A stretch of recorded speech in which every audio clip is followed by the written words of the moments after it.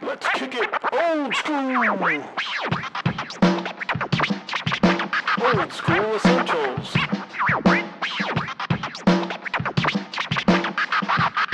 The further adventures of the Thunderous Fury.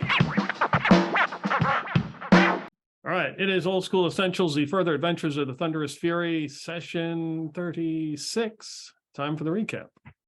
All righty. Well, unless anybody else has a burning desire, I'll give it my shot. Go for it.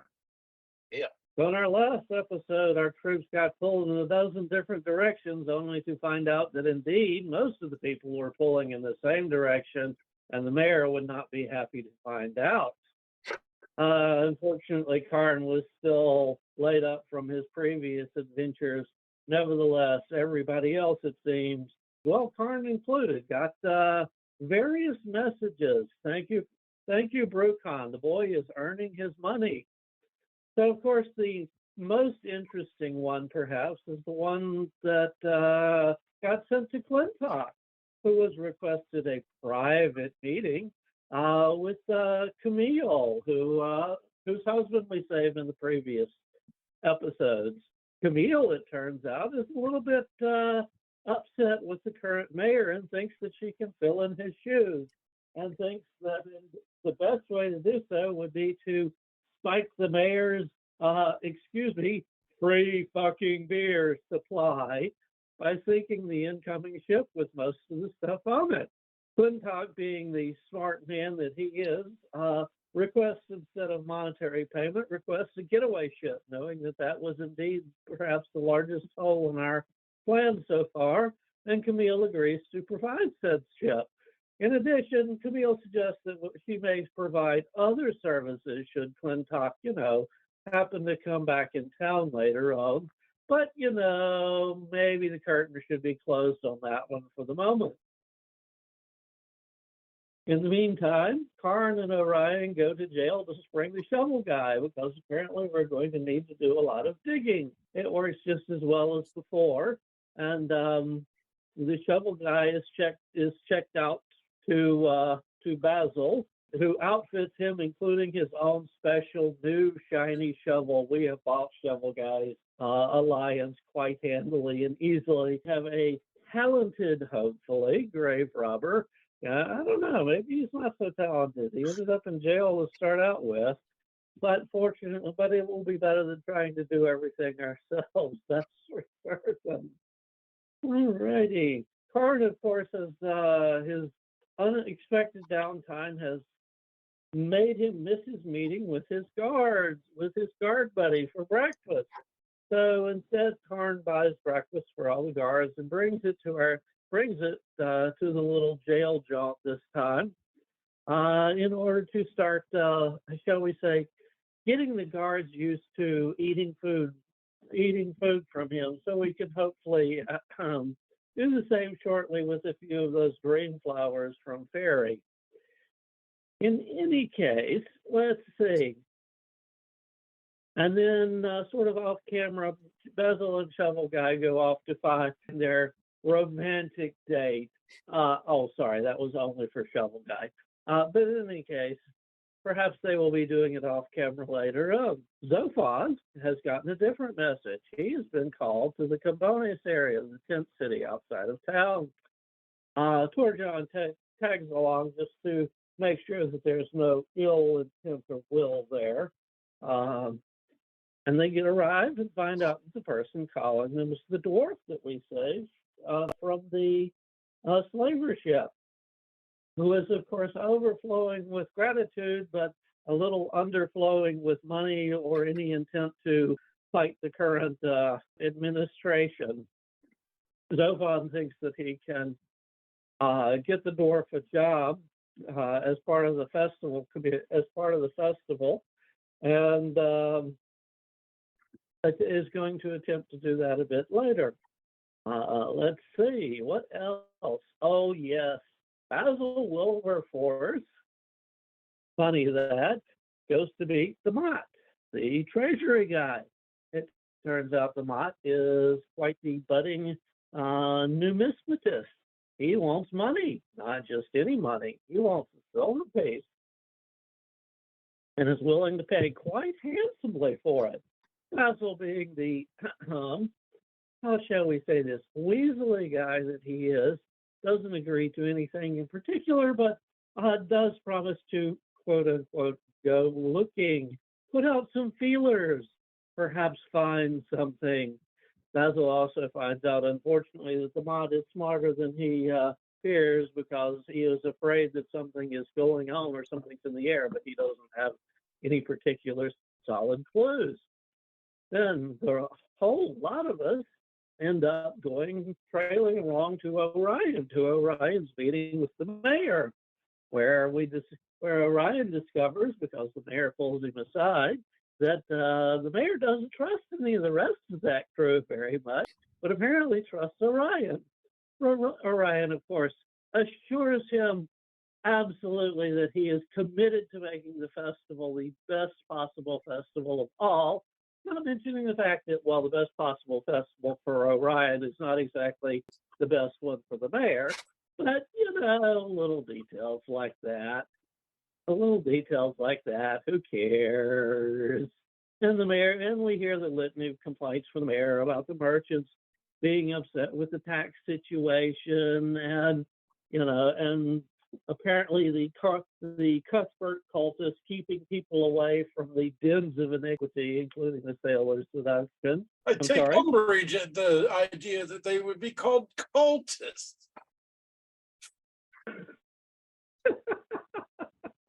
Yep.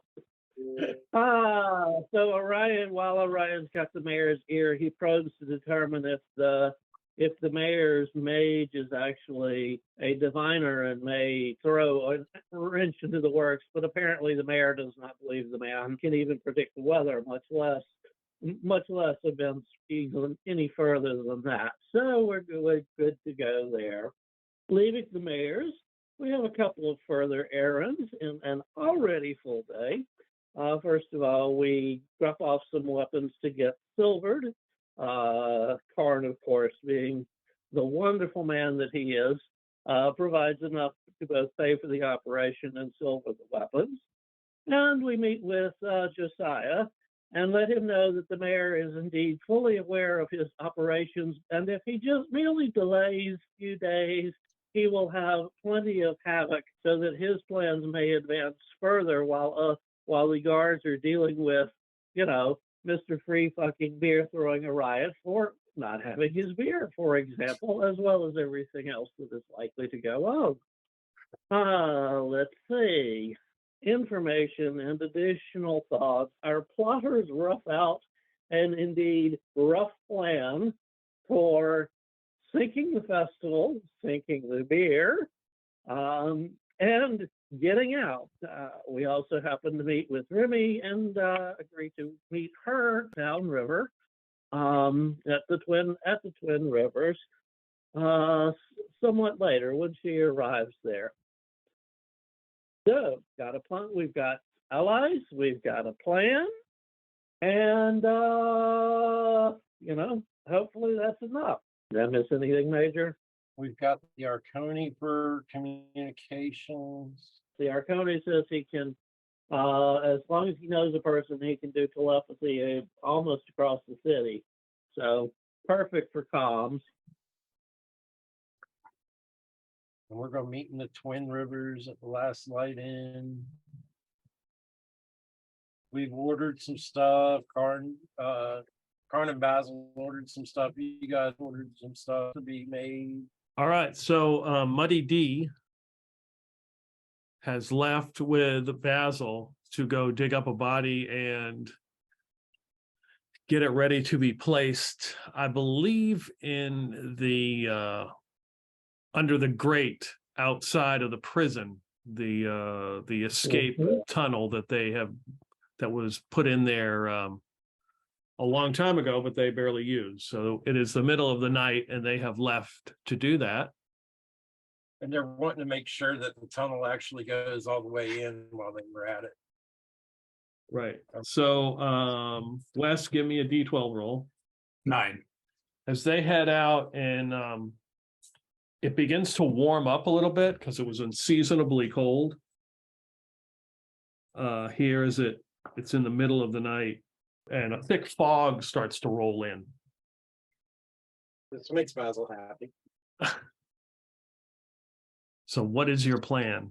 They have left. Are you going to wait for them to come back or meet you somewhere? Or I was going to say, by this time it's getting fairly late, and I thought they were the ones who were going to take care of the body. I mean, we still got lodging, so we still got lodging, so we know where they're going to end up. Maybe jail, but if not, back at the rejuvenating bog. Basil will never be taken alive. yeah, I didn't know if once they had procured the body, if they were going to take it over and put it by the prison, or they were taking it to the rejuvenating bog and going to hang out with it, and you're going to. I think their plan was to go and stash the body, so we're not trying to hide a body at the rejuvenating bog for a bit. Okay, Yeah. so Yeah. they're going to The stash plan it. was in the tunnel. In the tunnel, and In in the tunnel while they're at it to make sure that it goes all the way.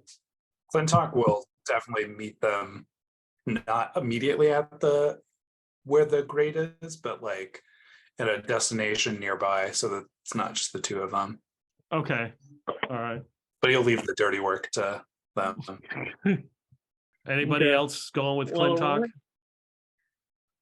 Well, Orion really wouldn't have anything to contribute unless it got to a fight, but Torjon will stick around because the sleep spells are pretty damn powerful if it works. And that would be one way of not triggering alarms too early if necessary, Sleep the suckers and then get the heck out, I like it. Sleep the suckers. Yeah. So it's Clintock and Torjon. Is anybody else going with them? Well, not Karn, I guess. Not Karn. Karn's still a bit He's not laid exactly up, I guess. stealthy either. Yeah. Yeah, is Basil going to go with them? Which Basil? Wilberforce. Is going. Yeah, he's going.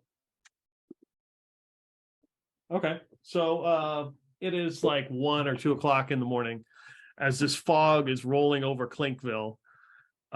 You head to the administrative district in earshot of the Emperor's palace, waiting for them to arrive. There's not many people out here on the streets, so a few people pass by.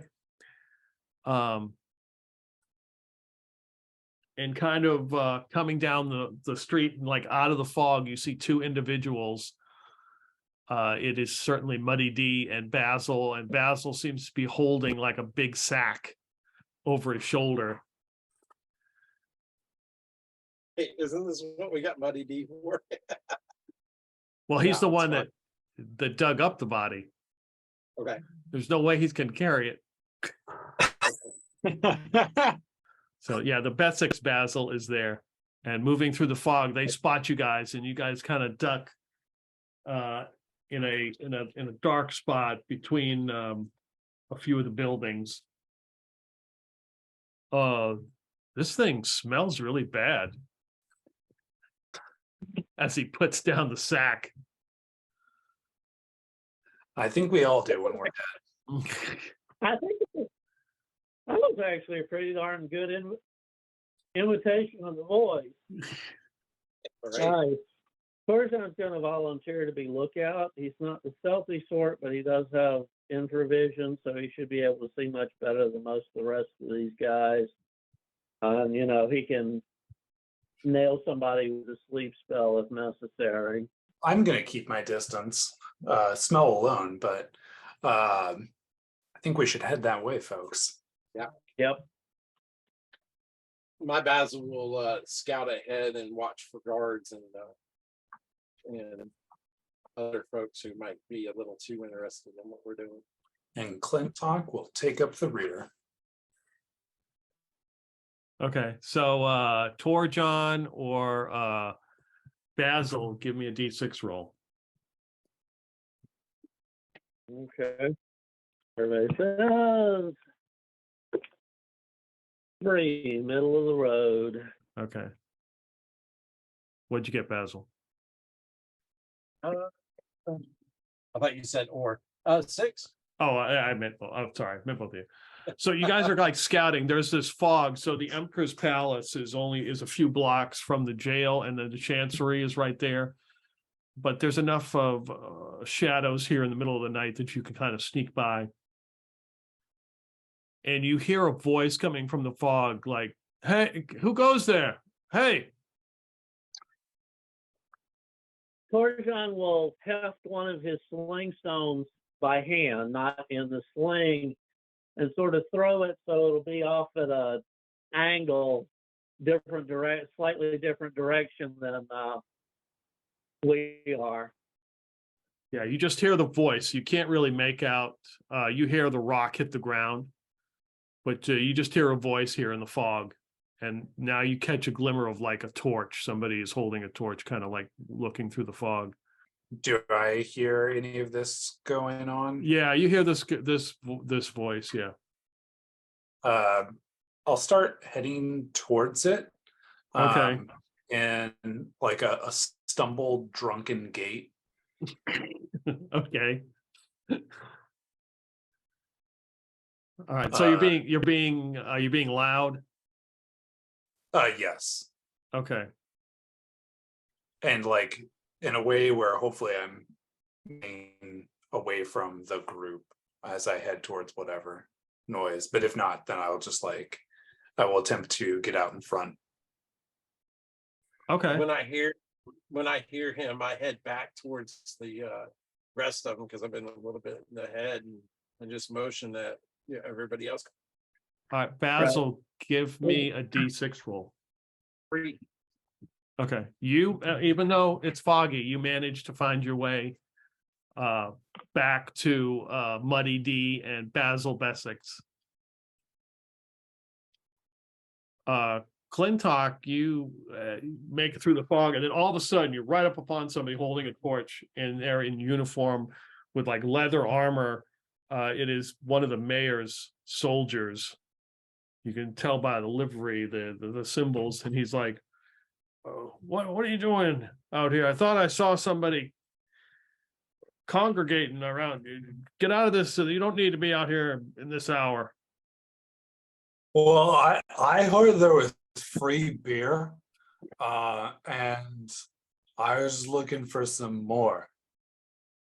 Do you know do you have free beer?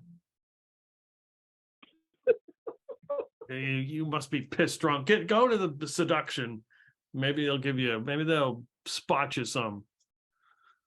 Better yet, maybe you'll end up on a ship and do some manual labor. Where is that? So he kind of grabs you by the scruff and starts to lead you in that direction. Okay. I will go for a ways until start getting close to like buildings, and then maybe for about a minute or two, and then be like, "Oh, I know where it is. No need to take me any further." Okay. All right. So you just hear this commotion and you see somebody has left with Clintock. You kind of get the glimmer of a light of a torch, and then they disappear into the fog, headed presumably to near the docks in the Sailor's Seduction. We can hear what they're saying, can't we? Yeah, you can hear he's drunk and loud, and the guy's just kind of yelling at him, berating him. Noise carries well in the fog. Come on, while he's distracted. Let's go. Moving along. All right, so Torjon and Basil and Muddy D start heading that way. You guys move. Are you going to? I assume you're going to. Well, Basil has moved silently or hide in shadows, right? Yes. Okay. Yes, he does. And he's 4th level now. I need to make sure. Oh, shit. Nice. 35%. Yeah. I would say that's probably 70. If whatever it is, double it because of the fog. Nice. You want me to roll that? Yeah, give me a roll. Just 49. okay. Yeah, you can kind of lead the group away. You can Okay. see you catch the torches up here at the front of the jail, and it's it's not as cold as it was, but you notice the guards are just kind of hanging out in the front, and you make your way to the back where Karn told you the grate was. Basil, as you're doing this, and Muddy D is kind of like walking behind Basil. Basil Bessex goes to you, Torjon. He says, Muddy was acting kind of funny earlier. I don't know what's up with him. Funny how? Did he say anything? His demeanor he was kind of he seemed kind of all excited and eager to get done doing what we were doing, and then all of a sudden he just kind of changed, and then he's been real quiet. Okay. Tell you what, I'm gonna be, I'm gonna need to be lookout, but you stick close to him, and if he starts making a break for it or yelling or anything that'll cause trouble, take him down.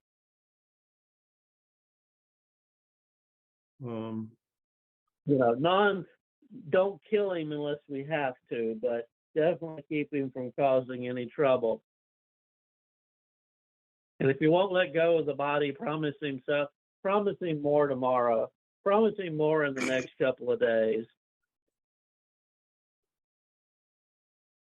Whole plethora of dead bodies in your future. Just play your card right. So you make your way behind the jail, and find the grate there in the scrub grass.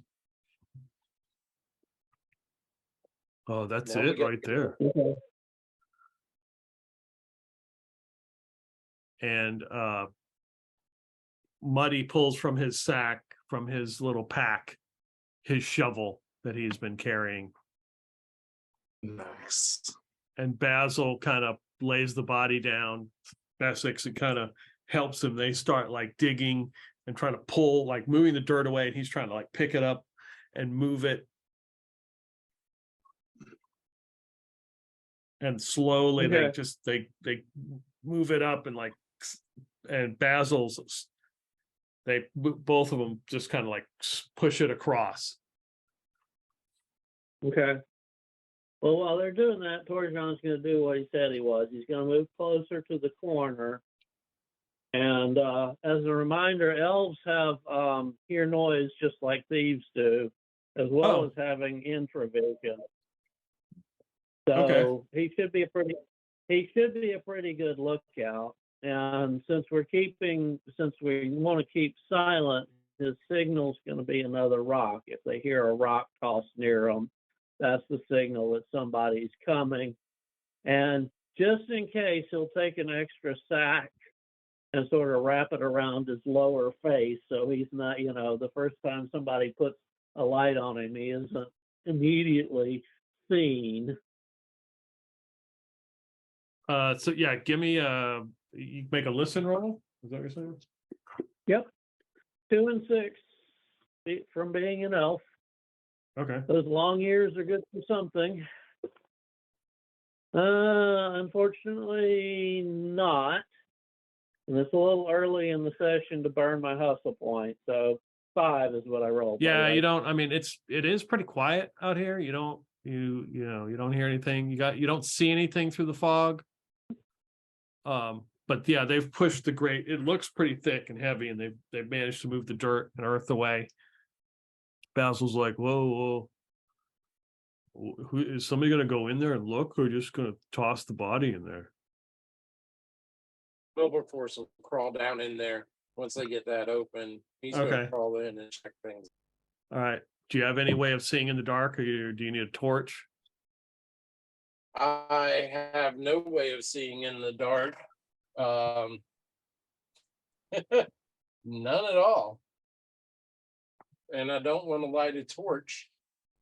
How hard is it going to be for him? I mean, he can't see anything once he sticks his head down in there. If he sticks his head down and lets his eyes dark adjust, can he see a glimmer of light at the end of the tunnel? Anything at all from towards the side? It's pitch black dark. Yeah.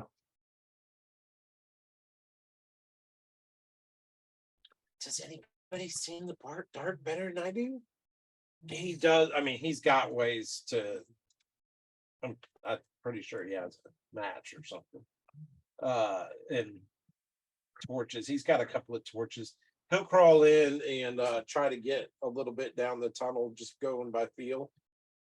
Till he hopes nobody can notice his light before he lights a torch. Once he lights the torch, he waits just a minute before he starts moving. Okay. Yeah, I mean, it's the advantage you have is it's very foggy out, so somebody from a distance probably is not going to see you. Real carefully to see if somebody remarks about hearing or seeing. Okay. He's worried about reflections coming out from the wall or something like that. You know, you have to look into the tunnel. There might be a guard sitting there going, "Why is there a light coming from here?" Yeah. So it drops about 8 feet and then goes to about 4. It's like 4 feet. A 4-foot tunnel, hastily dug. I mean, it's stood up this long, but it hasn't really been reinforced over time. So some of the walls, some of the ceiling and the sides have kind of fallen in through time, and there's dirt, and there's definitely some really cold water that stinks down here. You think you see a rat or two scurry as you put the light down here, but it's not like a straight shot. So it goes kind of like at an angle and kind of turns. And there's cobwebs and you make your way all the way to what looks to be another grate that presumably this would be the jail. I try to. Is there any way to set the torch down so the light's not coming all the way to the grate? Is there anywhere where I can like prop it up or something that won't go out? Yeah, you could. There's some old material down here, like a few broken boxes and pieces of and like basically some of the equipment they used to dig it probably originally. That's all wood rotted and stuff, so you could probably like stick it in a mound of like broken material. And so I'll creep up on the grate and try to peek around first and make sure I don't see anybody on the other side. You don't see anybody on the other side. It looks like it's full of water on the other side. It looks like it's full of water, and this grate is a little bit obviously bigger. It's because it's like a 4-foot tunnel, so it's about 3 feet, and it's really rusty. Does it look like it's locked, or can I easily open it? If you give it a push, it seems like if you were to push it, it probably would just easily. It looks like it's got some hinges that easily just open up. So I take some of the oil that I have, some of my lantern oil. If I can see the hinges, can I oil the hinges? Yeah, that's fine. And I don't see anything that looks like it's a lock or anything like that. If maybe they had a lock on it at one time, who knows? But it seems pretty easy to open. Like it's just kind of rusty and I'm not trying to open it right now. I'm Right. oiling the hinges, yeah. and I'm hoping that when we come back later, that oil's worked in a little bit, and it's not like, Okay. wait, open it. Can I make out any details on the other side? Does it look? Can I see cells or get it You about- don't, yeah, you don't see any cells. You're thinking that this probably leads into the jail and that there's some passage that goes up into that cellar. I mean, into that prison room that you're in. I go back up to the top, and well, Clintock's not around, so we've got Torjon and Basil and Muddy D, right? And I'll ask Yeah. Torjon, and I'll say, what do you think? Do you think I should try to creep into the prison and get a layout, or should we just wait? We should probably just wait, shouldn't we? Yeah, I mean, we got a pretty decent layout the other day, twice so far. Okay, well, it looks like there's a way into the tower, and I oiled the hinges. Let's get this body in here and get the hell out of here. Yep, you're right. Do the caper, get the fuck out. So let's see, Torjon, Basil, give me a D6 roll. 6. 2. So Torjon, as you're conferring with your group, as Basil comes up, you can hear footsteps now and some talking from presumably a guard on the other side of the jail, and all you see is his light in the fog as he is making his way towards the back of the jail. Uh-oh. You know what? Torjon is not a bard, but he does this just for the comedy of it. I'll move off to the side a little and start making like loud, staggering steps and head towards the light. You hear somebody say, who goes there? Oh, have you got the beer? Another damn drunk. And you see that, yeah, you see a guard You don't have the beer? appear with a spear in his hand and a torch, and he's like, all right, move along, buddy. You don't need to be out hanging out back here. Which way's the beer? Give me a 2d6 roll and add your charisma modifier. All righty, let's see. I don't use Torjon's charisma that often. Let's see what it is. Probably shit, because none of his stats are shit. Yep, zip, zip, zip. All righty, 2d6. 4 and 5, total 9.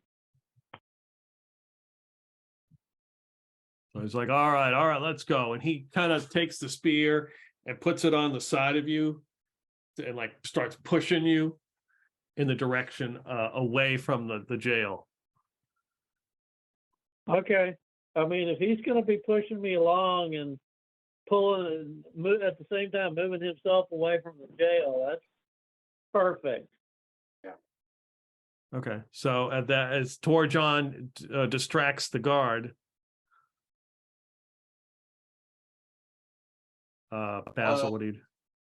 Well, if we hear him, we freeze all of a sudden, and it's like, and we hear and like, I can't believe this dumbass is gonna fall for that twice. And as soon as I start, as soon as it sounds like they're walking away or something, it's hustle, let's get this done. But trying to stay quiet while we're doing it. Let's go. Okay.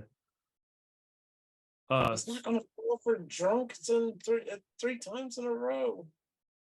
So you guys are all standing outside there, and Basil's like, do you want me to throw the body in there? Yes, Basil, throw the body down to me.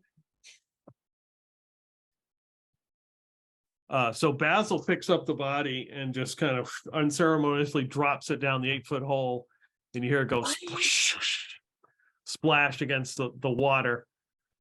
And you see Muddy D just kind of, he looks down the hole, and then he looks over at you, Basil, and he looks down the hole, and he's like, "You have no respect for the dead." And you see his face begin to contort, and he gives you this horrific visage starts to emerge out of his face. And give me a save versus spells. Oops. Versus spells. I've got my save versus spells is high. It's a 15. Great. I got a 14. Did you pass? No, I failed by 1 point. Okay, roll 2d6. I don't have anything that helps me with that. I was just checking to make sure. Okay, 2d6. Here we come. 5, 4, and 1. You see a ghostly image kind of come out of Muddy D's face, a horrific image. Basil's like, "Oh, what the hell?" You are terrified. Whatever the 2d6 roll was, you are feared. And you feel like you have aged maybe like 10 years. Oh, God. And I'm going to start running, right? However you want to treat your feared condition. I collapse in a blubbering mess. Oh no, don't kill me, don't kill me, don't kill me. Oh my God, don't kill me. Clintock, you hear the noise, you hear what you realize is a guard leading Torjon away from the jail as you are returning back to the scene. All right. I'm going to attempt to move silently away. Okay. 36. Okay. And Yeah, with mine- it would be double whatever it is. yeah, mine is 50 right now. So Okay. So yeah, you move away, you realize it's Torjon, and one of the guards at the jail is kind of like leading him away from the jail. And as you begin, yeah, it was a different guard. And as you begin to approach the jail, you hear somebody blabbering in the darkness, like mumbling incoherently. I will sneak in that direction. You hear the guards at the front of the jail. One says, "Hey, do you hear something?" And you just hear them talking, and they grab torches, and you see the torches coming through the fog as they're running. Oh Shit, boy. shit. I will light up a candle and start heading towards the guards. Yeah,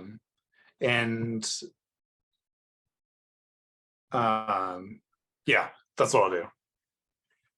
Okay. Try to intercept them Tip them. before they get to. Great. Freaking Three Stooges skit here. Let's see. I think we're going to do an initiative roll. Let's go. I think we should probably do that. Oh boy. Proper order here. So I'll roll initiative. I rolled a 4. Anyone have better than +1? I have +1, but I'm blubbering and weird. Okay. Actually, I got -1 all day. This is still the 12th, isn't it? No, it's technically the 13th. Oh, so I don't have -1 anymore. Correct. Okay. Yeah. All right. Well, I'll go ahead and roll then. Okay. Yeah. My character stats are shit. Total of 6. Give me a 2d6 roll, Clintock. Yep. As you are approaching the guards, trying to get their attention. 7. Do you want me to add anything to that or just? Yeah, your charisma. 1, so 8. Okay. They one quickly stops you. He's like, hey, what's going on? What are you doing? And he's got a spear like pointed right at your chest. Some criminal came after my brother and he just ran off. He took his money and he ran off, and my brother ran off into the darkness. We were just leaving the Sailor's Seduction, and the idiot just ran away. I have no clue where he's at, but I mean, I can hear him now. Okay. Where did he go? Well, yeah, clearly he's heading in this direction, but he's not moving anymore. He's just crying like a little baby now. The other one guy's like, do you hear that? Yeah, I hear somebody mumbling. That must be him. And the one guard says, watch him. I'll go look. And the other guard proceeds to head where Basil is blabbering. I am going to give Basil a roll 13. You can't see that very well, can you? 13. That's Basil Bessex. So Basil, seeing this, is like, that wasn't, get out of here. And he punches Muddy, and Muddy slips and falls and lands in with the body into the hole with a splash. Great. Oh,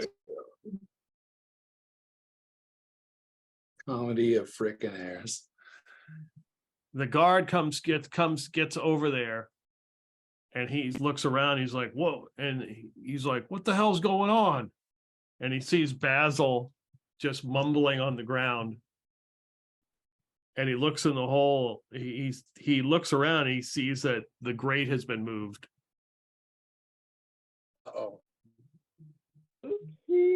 And he kind of looks at Basil, and he's like, oh, that's dangerous. You shouldn't leave holes in places like that. People will fall in.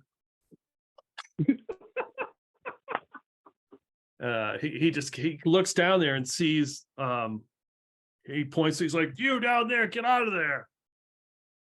You hear Clintock, you hear him yell back, like, come on over here. We got somebody trying to get in the grate.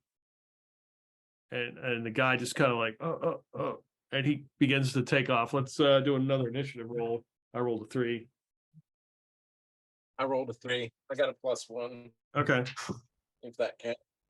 All right, so you are, you're still in a feared state. You could do something, even though you are frightened.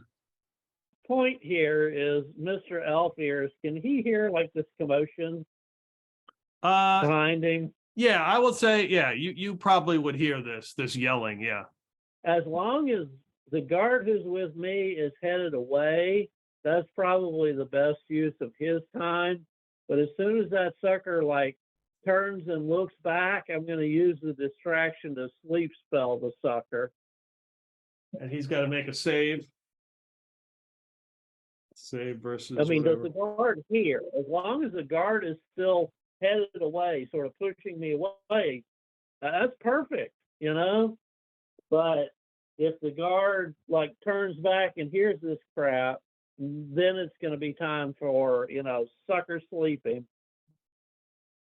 Yeah, I would say it would probably be loud enough and that they would yell to try to figure out where he was. So yeah, at the point, he is definitely going to be like, hey, what's going on?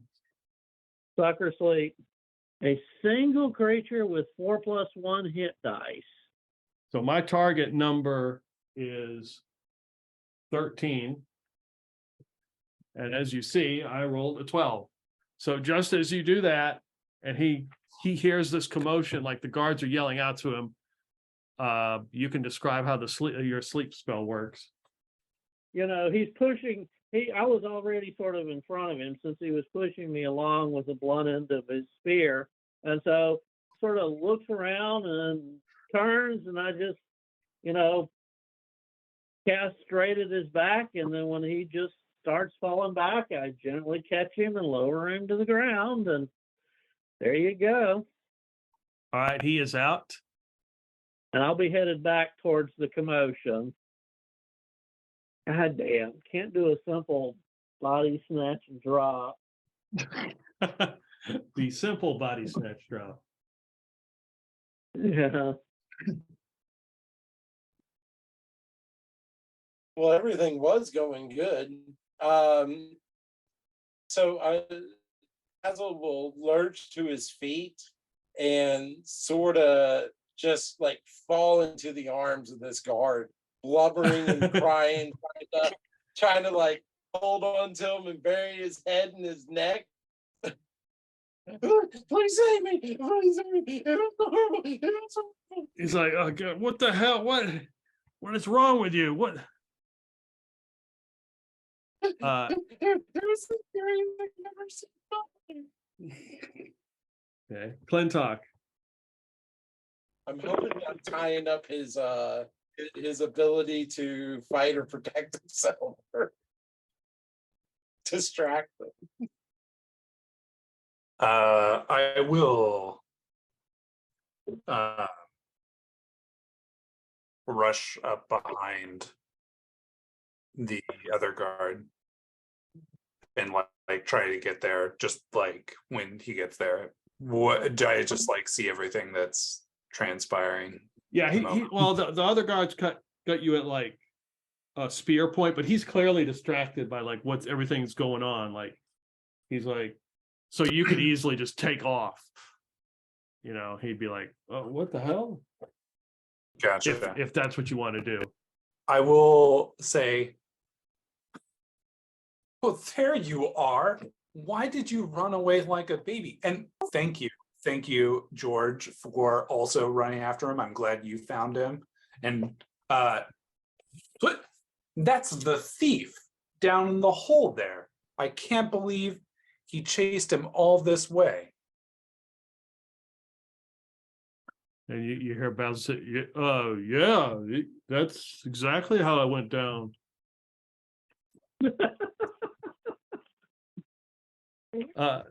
So the guard runs up and he, you know, as you take off, and it's more like not a situation of you're getting away. It's more like, oh yeah, we probably should run over there to find out what's going on. Because so he runs over there and he's like, what, the thief, what? And he looks and they're holding on to Basil as he's crying, like, you know, probably going like limp in his arms, is like, oh, it's like, what the hell? And he puts his torch down. And as he does that, the guard who was following you, Clintock, he does it, puts the torch down, and you hear him just go, oh my God. And you hear the torch and his spear just drop into the hole, and he turns and screams and runs off into the fog. Great. He saw the muddy D getting crazy. And the other guard's like, oh, well, what the hell? And throws Basil to the ground. And it's the scariest thing you'll ever see. And he's like, I got to sound the alarm. And he begins to run off to the front of the jail. Shit. Oh, buddy. Well, that was the wrong decision. Let's see. We've got, oh, this is a new round. And I rolled 3. Torjan? Yeah, Torjan, I believe. All right. This is going to be trouble, guys. Torjan's got a -1. Oof. Bird that hustle point. Can't afford to let this go bad at this point. Well, we can, but it just makes everything so much more fun for us. Come on. 4 - 1 is 3. Ties go to us, I hope. So you're up first. Yeah. So here's your, so basically one guard has run off terrified. You realize that he's probably the same effect that's happened to Basil. The other guard is fast asleep. And the remaining guard here at the prison has kind of, I don't know, I guess panic would be a good word. He is running for the front of the jail, presumably to sound some alarm. Can I see him well enough to shoot him? It would be at a -4. But you have sneak attack, right? So it'd be a straight up roll. Okay, sounds good. I'm gonna attempt to hit him with my short bow. Okay. And now we're gonna kill the guards. A guard. We only need to kill one. A plausible deniability for the rest. Does a 17 hit? Yes, it does. For 5 damage. Oh, sorry. 9 damage because sneak attack. Yeah. So see Clintock just that bow right in his back. Oh, Well, since I dropped the other guard in the first round and I'm headed that way, let me know if I'm close enough to do anything. yeah, I mean, I presumed you'd run up there with the group and you see this guy take off and you see Clintock hit him with the arrow. Well, shit. It's gone bad. Alrighty. Unlimber my spear and charge at the guy, or the guard, that is, the one that just got okay. shot. All right. Yeah, I will say you definitely can get to him. Give me an attack roll. Yep, I'm doing it. Just sitting here praying a little. 7 ain't gonna do it. Yeah, it's very foggy out, and you kind of get up to him and think he's there, and you kind of stab, like, clearly missing him. So Russell, roll 4d4s. 4d4. Yeah, 4d4s. Alrighty. Well, not in this set of crap. Let's see. 4, 3, 3, 1. Total, that would be a total of 11. 11 turns. So that would be like almost 2 hours because a turn is 10 minutes. So that dude's got a good nap going. All right, I'm gonna roll if it's 8 or less. No. So you Clintock, you can hear like dirt and stuff, earth moving as Muddy D is like grabbed the body and he's got it in one hand. He's trying to scramble up the inside of this shaft, like, and there's the torch is laying in the ground, the spear's down there, and he's like desperately trying to get out of this hole. But you know, considering his condition and he's trying to carry this body, he's not making much progress. You hear the guard faint scream in the night. The other guard's been shot and somebody tried to stab him. I'm going to roll. Okay, so he actually did notice Torjon with a spear, try to spear him, and he's like, what are you trying to do? And so he turns, he has a sword and goes to strike you. At a natural 1. So what? Oh, and now I get to use my crit miss chart that I actually remembered to print out. Critical misses could be beneficial to you guys. 67, that is something. So in the fog, he goes to swing and like he swings like wildly at you, like he's swinging at somebody else, like completely loses you. He's like, where'd you go? Okay. Well, if there was another target within 5 feet, he would have hit that target, but there's nobody else there. Okay. So he just sort of spun around and confused himself. Okay. Yep. So yeah, he's kind of lost. Okay, so new initiative roll 3. A lot of 3s tonight. Well, we're back to one of you two guys. I can go. Also 3. You guys are up first. So Muddy D is scrambling, you can hear him down there, trying to get out of the hole. One guy has run off into the darkness screaming. The other guard you have hit, and he is like, you see him, you see him swing, like you could just see his blade as he swung in the fog at Torjon, and the other guy's snoring. I can't really make attacks or things like that because I'm feared.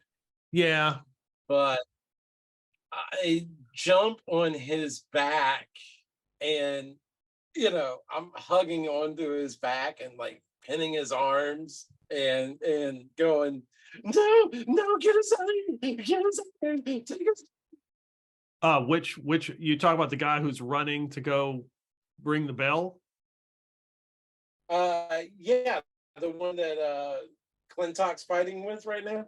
Yeah, well, yeah, he shot him with a bow as he was running away. So yeah, if you want to run up and like try to jump on his back, give me a dex roll. All right. My dex is 14. And I rolled an 8. Yeah, you run up. So Torjon, as you are there, it's like Basil comes out of nowhere, out of the fog, and jumps on this guy's back, terrified. And you realize towards Basil, there's an arrow sticking out of his back. Well, that's an opportunity. He should be easier to hit. So wind up and try to spear the guy. Sorry, dude, you did the wrong thing. I rolled a 13. Yeah, it clanks off his plate armor. Damn. He's easier to hit, but he's still wearing freaking plate. Never mind. I tried. Clintock. So yeah, straight up roll. Still, it's in the fog, and you've got Basil who's clammed up on him. Okay. I will try and loose another arrow. 18 this time. That's a hit. For 7. Wow.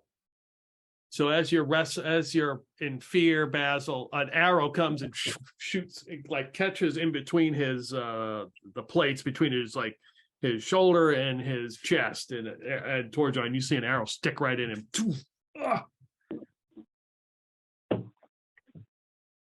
Tough bastard. So he as he's doing this, he's been shot twice. He drops his sword, and begins to like try to stagger to the front of the jail, and then just gives out the loudest scream he can for help as he like falls to his knees. I'm going to roll a d6. 6. So I will say in 6 rounds, so that would be not turns, there will be a lot of guards here at the jail. The other guards, let's see, 6 rounds. Muddy D, that is a 15, so he's still trying to scramble up this thing holding the body. Basil's like, what? Do you want me to just keep him, bury him down there? As he is like trying to he grabs the grate and is like wanting to push it over the hole. Well, stories are more believable when there's a body. We're responsible for this guy's actions. Well, actually, Basil X is responsible for this guy's actions. Yes, he is. That's going to be fun. Poor Dustin, he'll come back and we'll tell him we got his character in jail, thrown in jail. Mm-hmm. So now we got 2 to break out. No, I mean, I will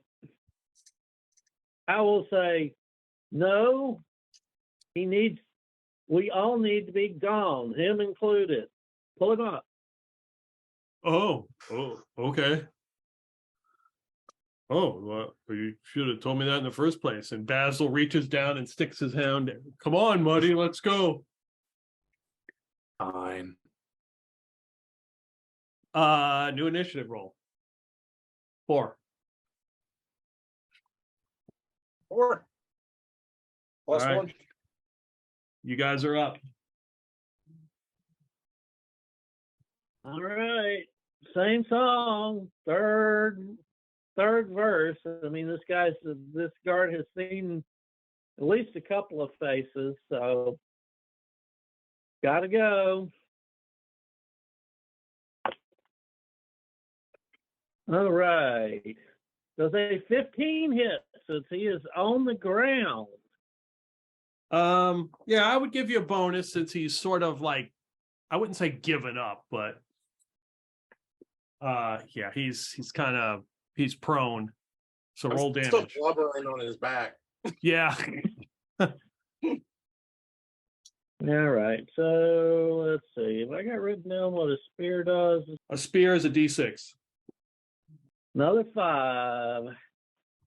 You explain to me how he dies. So this guy is sort of on the ground with Basil Wilberforce clinging onto him, trying to crawl towards the jail, crawl towards the jail, and Torjan steps on his hand and then just spears him straight through the neck, right below the helmet. All right. His body slumps And to the it ground. says, "We need to vamoose." And Basil sees that happen and just completely freaks out and runs. Just dead. Into the fog. Yes. So Basil Bessex grabs Muddy and pulls him up.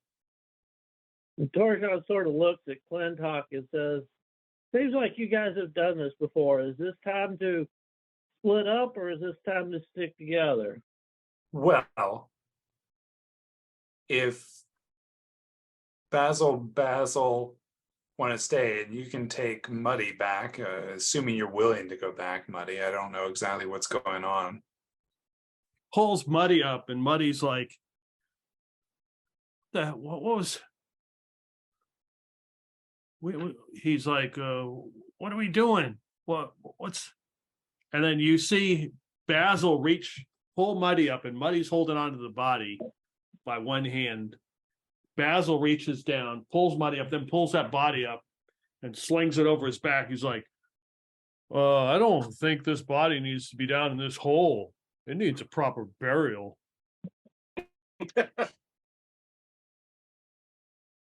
Muddy's like, what's up with this guy?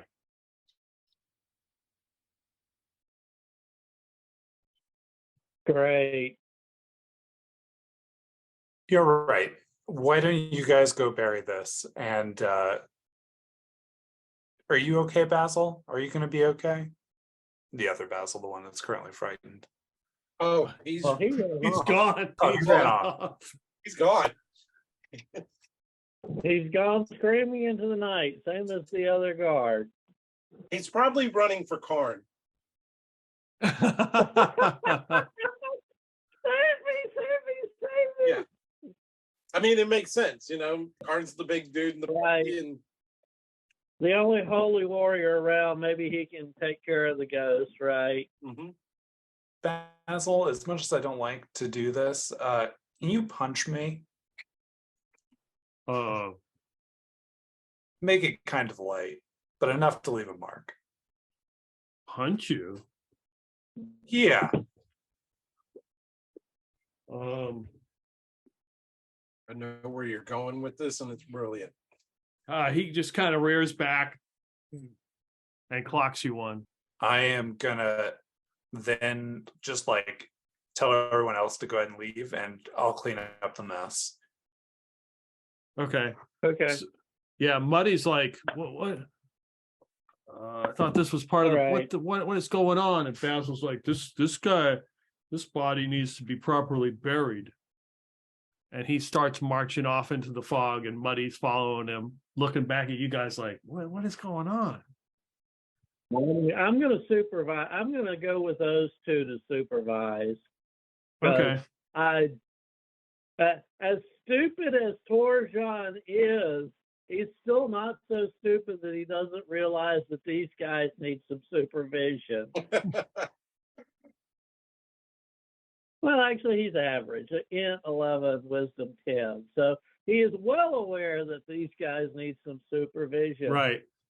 He's like, so yeah, he's gonna, and he's just gonna, tell Muddy D, change your plans, man. Change your plans. I understand it's strange, but just roll with it. We got to find a place to respectfully stash the body. Okay. Oh, whatever. And he looks around. He grabs his shovel. I'm sure you got a good idea. Which way are we going? They start to head towards where the rejuvenating bog is out in that area. Clintock. So after about a minute passes, there's bells that start ringing. You hear the guard towers now. Those bells start going off. Those about 20 guards, you can hear them coming through the fog. Like they swarm this jail and start running around. And like 4 guards come running up you with like swords drawn. One's got a spear. Is like, hey, who are you? You should know I'm part of the party planning committee.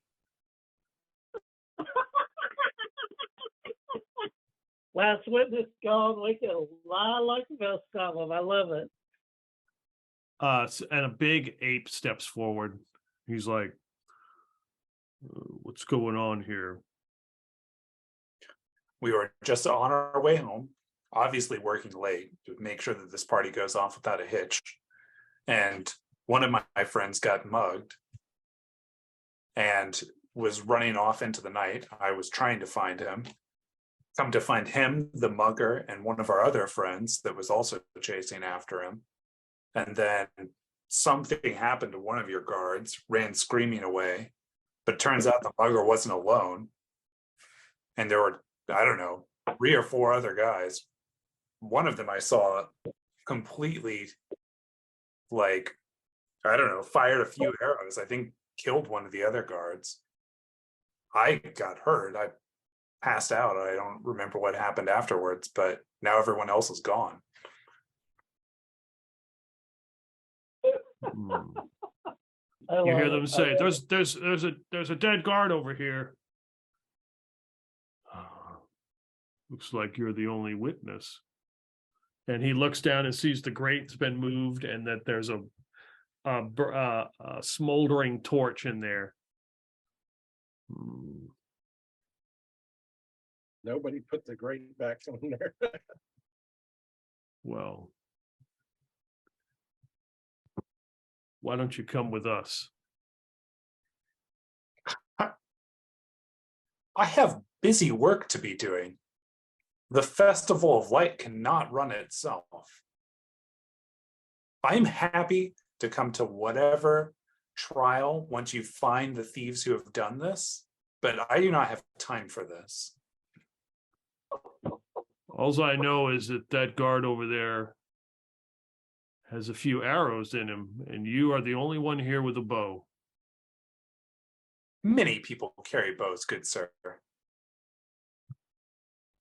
What are you insinuating?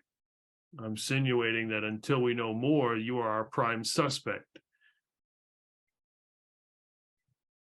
Fine, talk to your other guard.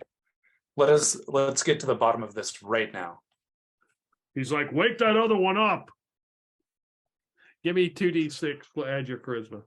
Yep, 9. So where are you staying?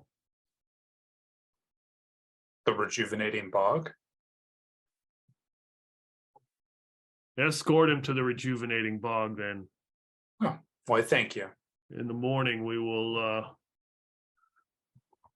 Well, we will collect our evidence and we may have to speak with you. By all means, leave a note at the front desk, and I will happily take any meeting that you set up. But I do need to go to sleep now. He gives you a very distrustful look and sends four guards, the Emperor's guards, in their full plate and shield and purple sash, escort you all the way to the rejuvenating bog inside the door. Nice. I think I can manage to find my room from here.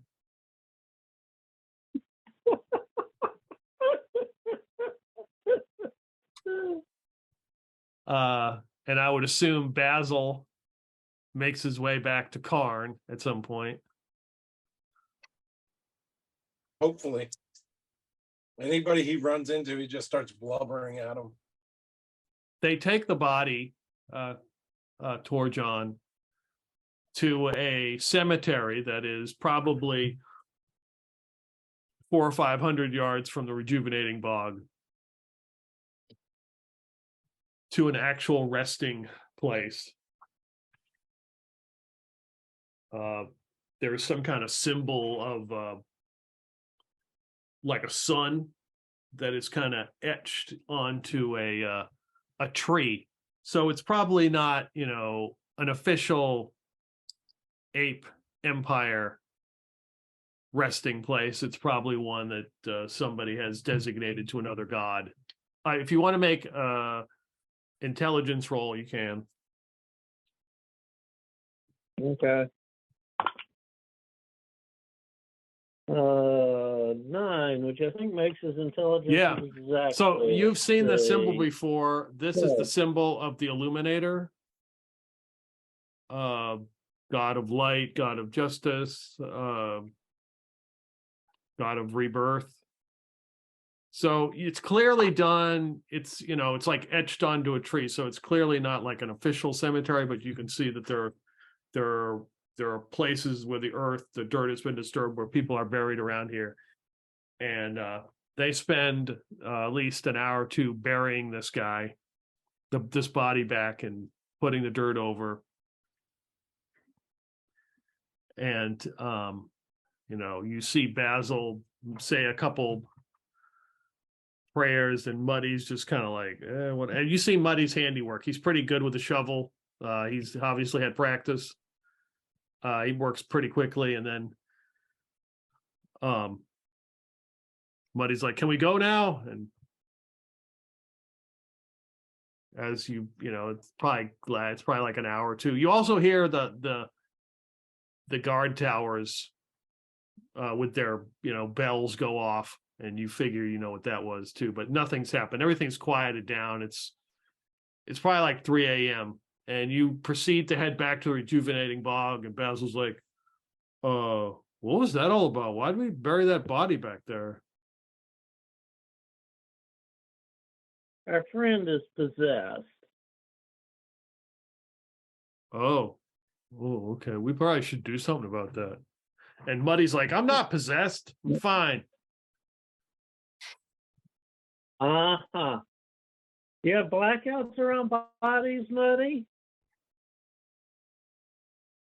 Times when you can't remember what you did? Oh, yeah, sometimes after enough drinks. Uh-huh. I've dug up a few bodies, been almost blind drunk before. Uh-huh. Any strange recurring dreams? None I want to talk about. Right. Ever had an episode where you thought one of those bodies cursed you? Yeah, a number of times, but I just go Drunk, see right. I just go see the apothecary and take care of it that way. What does the apothecary give you? Various remedies, burn some sage, say some enchantments. Yeah, right. Not happening. All righty. I'll leave a before I pass out for the night. I'll leave a message at the front desk. Our friend Brucon, yeah, just say not an emergency, but when you're up in the morning, we need to get a message to Josiah that we may have a possessed person, and can he do anything about it? Okay. Torjon, when you go back to the rejuvenating bog, there are 4 guards of the Emperors standing outside. They don't say anything. They just kind of look at you and just take note that you are going in, but they don't bother you. Okay. Well, the sleep guy saw me as a drunk, so I'll sort of play it up slightly and sort of nudge Basil X and go, hold me up. And it's like, and as I go by, I'll stagger a little, hey guys, what's up? They ignore you. Okay. Basil's I like, just wanted to, don't mind him. I'm going to get him on a program. This just all of a sudden started. What's wrong? What you think I'm have some issues, but you're obviously not eating right. You need to work out.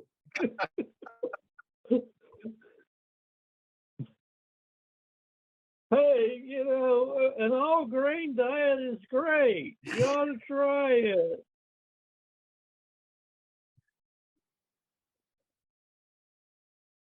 So you return to the rejuvenating bog. I'm going to assume that you're not going to do anything else for the evening. Well, I think we've fucked up quite enough for the evening. And tomorrow come the consequences. Correct. So it is the morning now of the 13th. It's still not as foggy as it was. It's warmed up. It's about in the 40s. Put the shorts on. Yeah. First chance that Clinton gets, he will make sure that everyone gets their story straight. Right. So Torjon, the other guard may recognize Torjon, or at least he can give a description. So, Torjon is going to basically, the problem is, so Torjon's going to make up a drinking around the town just bought a couple of beers and wandering around the town. More than a couple of beers, a couple of whiskeys. There you go. A couple of beers and whiskeys.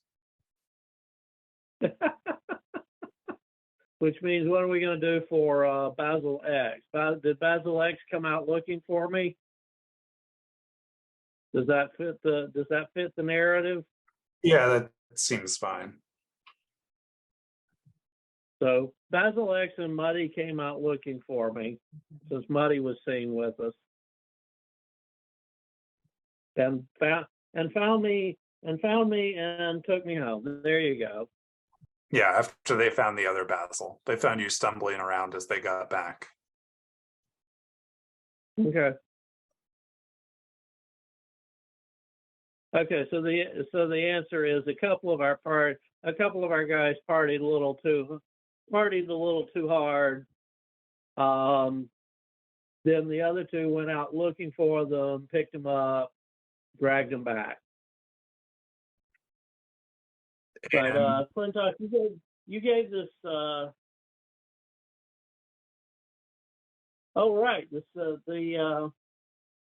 both guards were there.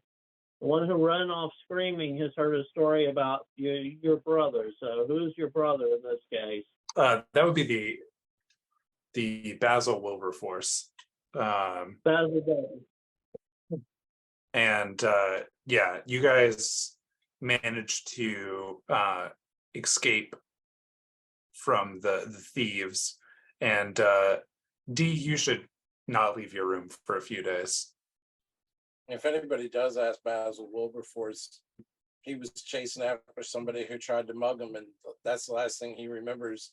The next thing he knows, he was clawing at Karn's door, covered in tears. Has no recollection of what happened.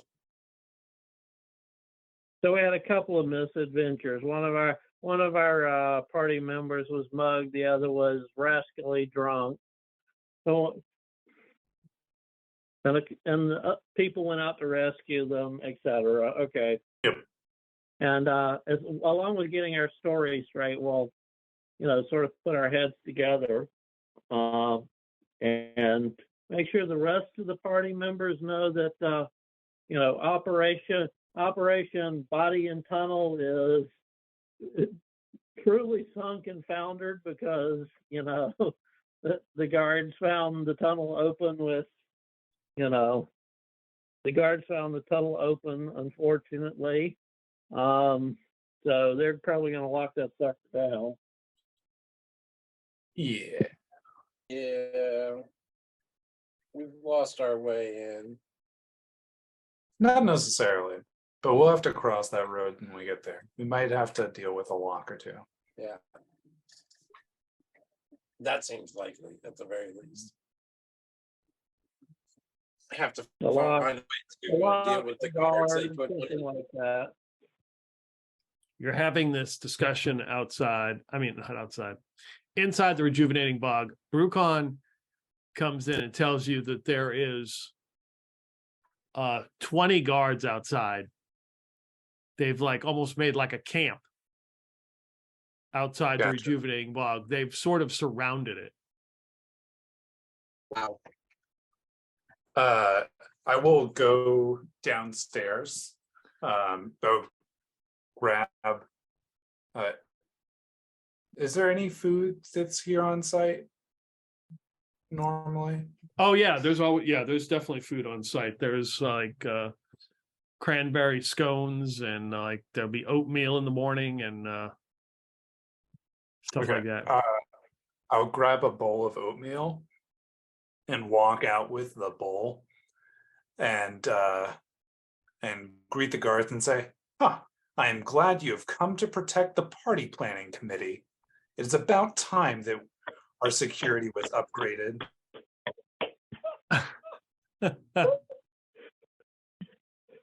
Brass. They're made of brass. And they clang because they're dragging the ground. I'll point to one of them and say, "Yeah, you, sir. Could you mind fetching me some more ale from the Sailor Seduction? Need a little bit of the hair of the dog this evening for one of our companions." They kind of all look at each other like, who is this good dumbass? A large ape comes out and they just kind of the sea parts as he kind of walks past them. Looks a little bit bigger than the rest of them. He doesn't wear any armor. He's just got a long cloak that has all these runes on it. And he steps up to you and looks down at you and he's like, who are you? Yes, I was attempted to be robbed last night, along with one of my other companions. Frankly, the security level in this city is atrocious. Oh, I'm sorry, you were asking my name. Clintock? Would you like me to spell that for you?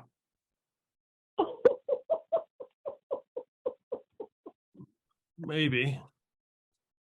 Let's see how worthy your story is. And he reaches into his pocket and he pulls out a flask. And he starts to take the top off, bottoms up, and he reaches his big hand and like grabs you by the throat and goes to pour it in. And we will take a break right there. The bard's counter charm is not going to work because it's only against certain very specific types of charming, and he can't charm Flintock himself because that takes too long. It's not a combat action. So my next question is for Torjan. So I'm just presuming that Brucon said this, and all of us sort of popped our heads out to see what the hell was going on. But my next question is, how obvious is spell casting in this world? Specifically, could Torjan drop Flintock with a sleep without getting, noticed? I would say that they would probably notice.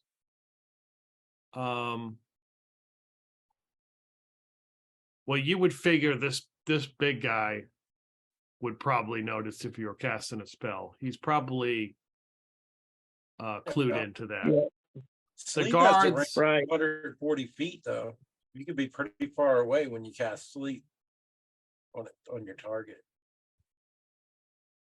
Yeah, but I would basically be doing it across the lobby. Is this happening inside or outside? outside. I'm just standing just outside. Yeah. Are there any guards or anything on the inside? Mm-mm. Look out a window and cast it. Well, also Basil takes his 80 minted silver pieces that he's holding for Karn and goes to the front desk clerk. Is it the same guy that we've been dealing with? Mm-hmm. Can you hold this for Brother Karn, please? He just kind of looks at it like, oh, wow, okay. And he takes his little lockbox and opens it up, place it in there, and he locks it and stores it in the front. Basically, yeah. In order to have any chance, Torjan would have to cast from inside the building and to see if he could tag Clintock. And at best, that would be like a delay because they look at the guy dropped and go, "Oh, what?" But let's at least ask the question: does Torjan think he can sort of sprint to a window or whatever and Yeah. maybe lay one on Clintock? After I drink the potion, of course. Right. Make it look like a bad potion reaction. That seems like a reasonable plan. This seems like the best course of action. Can I still talk as this guy is me hoisted up? Mm-hmm. Yeah. I demand legal representation before I say another word.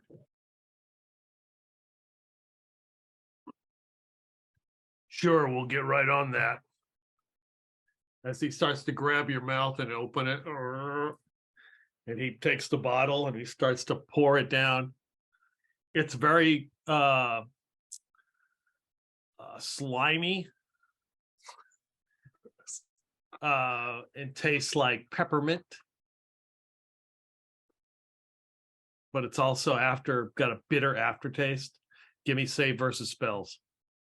Yep. Ooh, 16 over 15.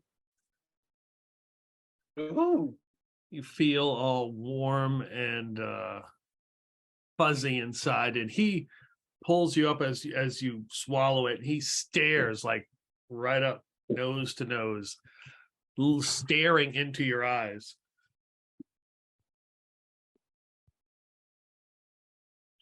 And he just kind of he breathes on you his eighth breath. And then he unceremoniously drops you to the ground. And your oatmeal, of course, is spilled. And he's like, you You can only evade me for so long. What are you even alluding to, sir? You hear a commotion up the street. A large procession is making its way through the rejuvenating bog. A whole swath of soldiers for the mayor are making the way, with the mayor in the front going, away with all of you. Stop this. And all the guards like flank out. They outnumber the Accursed guards like 3-1. Nice. And the mayor comes over and just picks you up. Oh my God, are you okay? No, my breakfast is ruined. And the mayor just looks at that big ape. He's like, despicable. Come, let's get you some more breakfast. I won't have this. Members of my planning committee being harassed. We're trying to do something for the Emker. And you, and he points at the big ape, you were trying to ruin it all. Thank you, Mayor. Some respect in this city. And he Boy, leads the you mayor's got stoned too. back into the rejuvenating bog. Oh my God, that was close. I can't believe I said those things. Oh, Well, I am glad that you did, Mayor. You showed up in just the right time. I do not understand what the Imker was about. You were mugged last night in the dark. You saw the fog. Criminals were out and about. Only the Festival of Light can burn away this darkness. yes, that's what I've been trying to tell them. Well, hopefully we can add to the pyre whatever thieves were up to no good last night. Yes. I think I know exactly the plan, what we should do. What should we do? We will blame it on that pirate. Yes, We will exactly. say that his influence in the town is causing this, obviously. We need to speed up this execution. It needs to be done sooner than later. Maybe, well, the festival is low. He looks all flustered and he's, yes, of course, I'll take a cranberry scone. Delightful, thank you. Mayor, Yes. the influence is quite terrible. This is sure. But we would not give in to these dark influences and let them ruin this party. It would make you look like a pushover. I can't have that. Cannot have that. I heard. I heard all the bells last night. I was very concerned, considering what had happened to Karn. I didn't know if something else had happened. And no, I think for sure. I think it's a gesture of good faith. We should. Does Karn have the strength? Can he wield the sword? He should execute this prisoner sooner. I would say this evening we will to cast to get rid of this. If there's any darkness associated with this individual, it'll be cast away, and then the festival will go on as with the festivities and the dancing and the arm wrestling and the free fucking beer for everybody. We will just take care of it. Then we won't have to deal with this looming over my head. And No, I do understand your concerns, Mayor, but honestly, Karn is still in rough shape. And definitely, if he can lift the blade, I see no reason that he shouldn't. But we should get medical advice first. I wouldn't want the doctor to let him injure himself further.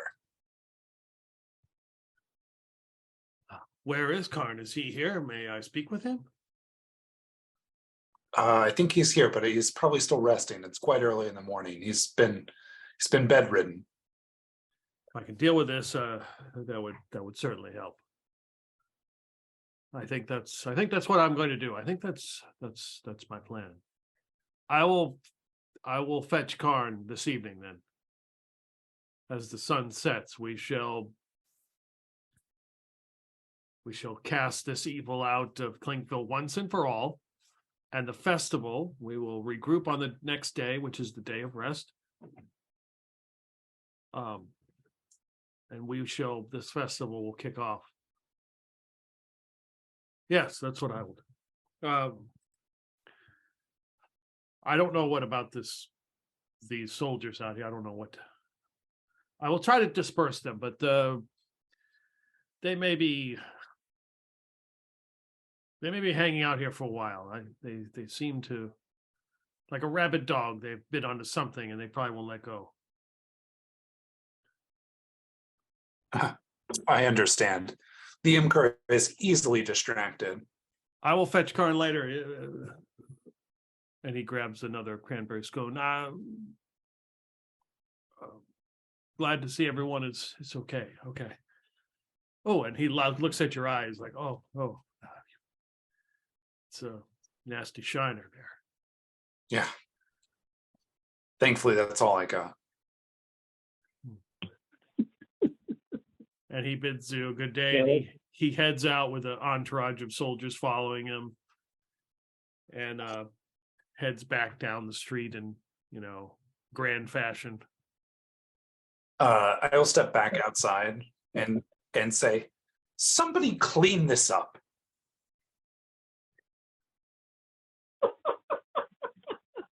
Playing it to the hilt, aren't you? As soon as you close the door, you hear something hit the door. You presume it was the bowl and the oatmeal, as somebody did pick it up and threw it at you. Brilliant. Isn't tonight the night of the full moon anyway? Wasn't that the 13th? The full moon is the 14th. 14th. Shit. So we have one more day. Only he wants to move it up to tonight. Yeah, he wants to kill him tonight. Well, but we've made all our plans to have people at the docks cleared out. Yeah, and we can't speed the. We got to stick around for the beer. We got to stick around for the beer ship to sink it. Otherwise, we won't have our escape ship either. Oh boy, it hits fan. There's sometimes when I wonder why I am playing a bard when other people can tell so much better stories. Orion comes up to Clintock and goes and bows towards him and says, "The words of a master, can I study at your feet?" I can give you tips and tricks if you'd like, but I don't have nearly the whimsical tone that you do. Oh, perhaps I'll teach you an instrument, and you will indeed surpass. You will indeed surpass me. Think our best bet is if Karn is indisposed and can't actually carry the sword this evening.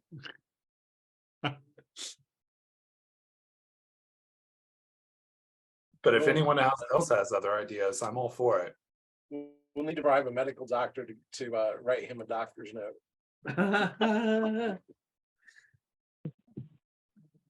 Yeah, I'm not seeing an obvious way out either. I'm with you. That's the best idea, although we need to consider backup plans. We could just go ahead and let Karn chop the guy's head off, and now we take over the crew. Come back and go, ding dong, he's dead. Mutiny. It's mutiny, is it? You're talking. Yeah, the problem is lawful good and mutiny especially in somebody you've agreed to Yeah, help. Karn's not gonna go for it, but you could probably talk yeah. Karn into going ahead and taking his head off because he didn't realize he was a pirate or something along those lines. But you're not going to get him to do it for the mutiny aspect of it. Yeah. But Basil Wilbur, of course, would go for it in a heartbeat. Damn it. Why am I not an illusionist? Oh, well. Can we hire an illusionist? Yeah, you can hire anybody. I just thought giving Karn something to put him into mild intestinal discomfort all evening would do the trick. But want to hire an illusionist by all means. Explosive diarrhea. That's true. Let's knock out Karn. Let's knock out Karn for his own good. Give him something that makes him sick to his stomach. He's talking to the mayor and he throws up, pukes on his shoes. There you go. Yes, Mayor, I'll be glad to go ahead. Chop his head off too. Or maybe tomorrow. Those oysters just didn't agree with me. Let's see. Druid spells, magic user spells. About an hour passes, and as you guys are kind of like powwowing here in the rejuvenating bog, the mayor's guards, not the whole contingent is there, but they probably outnumber the Emperor's guards. So there's like 50 soldiers outside the rejuvenating bog, and you hear the door open to the rejuvenating bog, and a man in cut off shirt and a purple sash with his tattoos as Josiah appears to come check on Karn. It goes right to his room. Oh, we sent him a message too. Yeah, I'm sure you guys are all there. He's like, "What's this all about? How is Karn?" He's hurting, but Josiah, we got two different issues here. Karn is, as best as Karn has rested and is healing, but obviously is not at top notch. So first issue is the mayor is pushing to have Karn execute the supposed pirate tonight because of the disturbance that happened last night. Unfortunately, we have fairly good evidence that the guy is innocent, at least of the piracy charges, and you seem to be very doubtful of the mayor's claims too. Since mayor seems to be insistent on having Karn execute the guy, we were hoping to make Karn semi-incapable of doing so, and hopefully that will put off the execution. Do you have any ideas along that line? Yeah, I'm not in favor of Karn going out in public and doing this for the mayor. This is not something he needs to be doing for him after what's happened. It'll be seen as, showing favoritism towards him when the mayor almost had him killed. Yeah. The other problem is we had one of our helpers last night had a ghost pop out of them and scare two people to the point of screaming and running away. We're afraid he's possessed. Can you do anything about that? We'll look into this. Where is he? We'll show him the Muddy D, and we'll get a Basil X to basically, sit there and glower at Muddy D. This is for your own good. Stand still, let this guy look at you. Okay. So yeah, he goes and like takes them into another room. The three of them go. He's like, I need to perform a few rites to find out. And kind of, he leaves. I'll look at the other guys while he's doing that and say, well, he didn't offer anything, any suggestions for Karn, so I guess we need to like pop by the local apothecary and get a nice cure for Karn. Didn't he say he didn't want Karn being part of it though? For now, Yeah, that's the thing. We're trying to get you out of it, but Mayor's on a tear. well, just don't tell Karn what you're getting ready to do to him.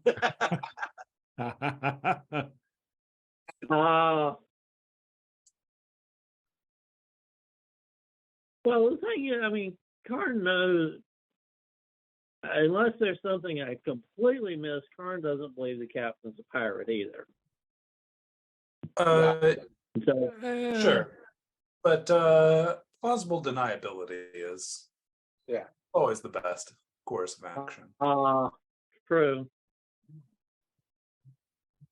Fine. Then look. But it would be better if he didn't know that you were giving him some syrup, whatever it is that you're going to give him, and so that way he, because that way he doesn't have to lie or prevaricate or try to dodge any questions. Right. We'll go get Karn some extra special medicine. There you go. Do they have syrup of ipecac or whatever that stuff's called? Oh, I guarantee you they have something similar. Syrup of ipecac is actually a natural product, so it's not a man-made drug. It's an extract. It's not fun either. You've had it? Imagine. Once it's not fun. About 30 minutes pass. Josiah returns and says, they are fine. They've, I believe, both been possessed by some spirit, but it has moved on. Both? Yes, Basil X and Muddy D? correct.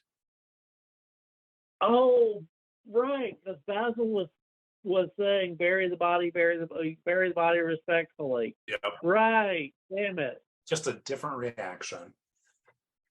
So it was the body probably possessed. And Basil Wilberforce right, has well- aged 10 years too. Yeah. So his young, youthful 19-year-old appearance is now 29. Did Karn grow older too? Is that your other character? Yes. Karn's 29 too. I love it. Actually, I think Basil will be a year younger. He's 28 now. Great. All righty. Well, I thank Josiah very much for his help in this help and expertise in this matter. Yes. What else? If you need anything else, you let me know. Absolutely. Just our luck. All right. All right. So you are going to go to the apothecary. Wilberforce is willing to go with you to do this. I'm gonna go on a side trip when they do this. Okay. Uh-oh. One of Clintock's side trips. You head over to the upper class Brucon takes. So first off, when you leave the rejuvenating bog, which I'm assuming is probably going to be like almost noon time. And the soldiers are still out there. You realize that the Emperor's soldiers are out here and the Mayor's soldiers are all out here. And they're both in their own groups, like standing off against each other, watching the rejuvenating bog. So when you guys leave, two groups of them break off and begin following you.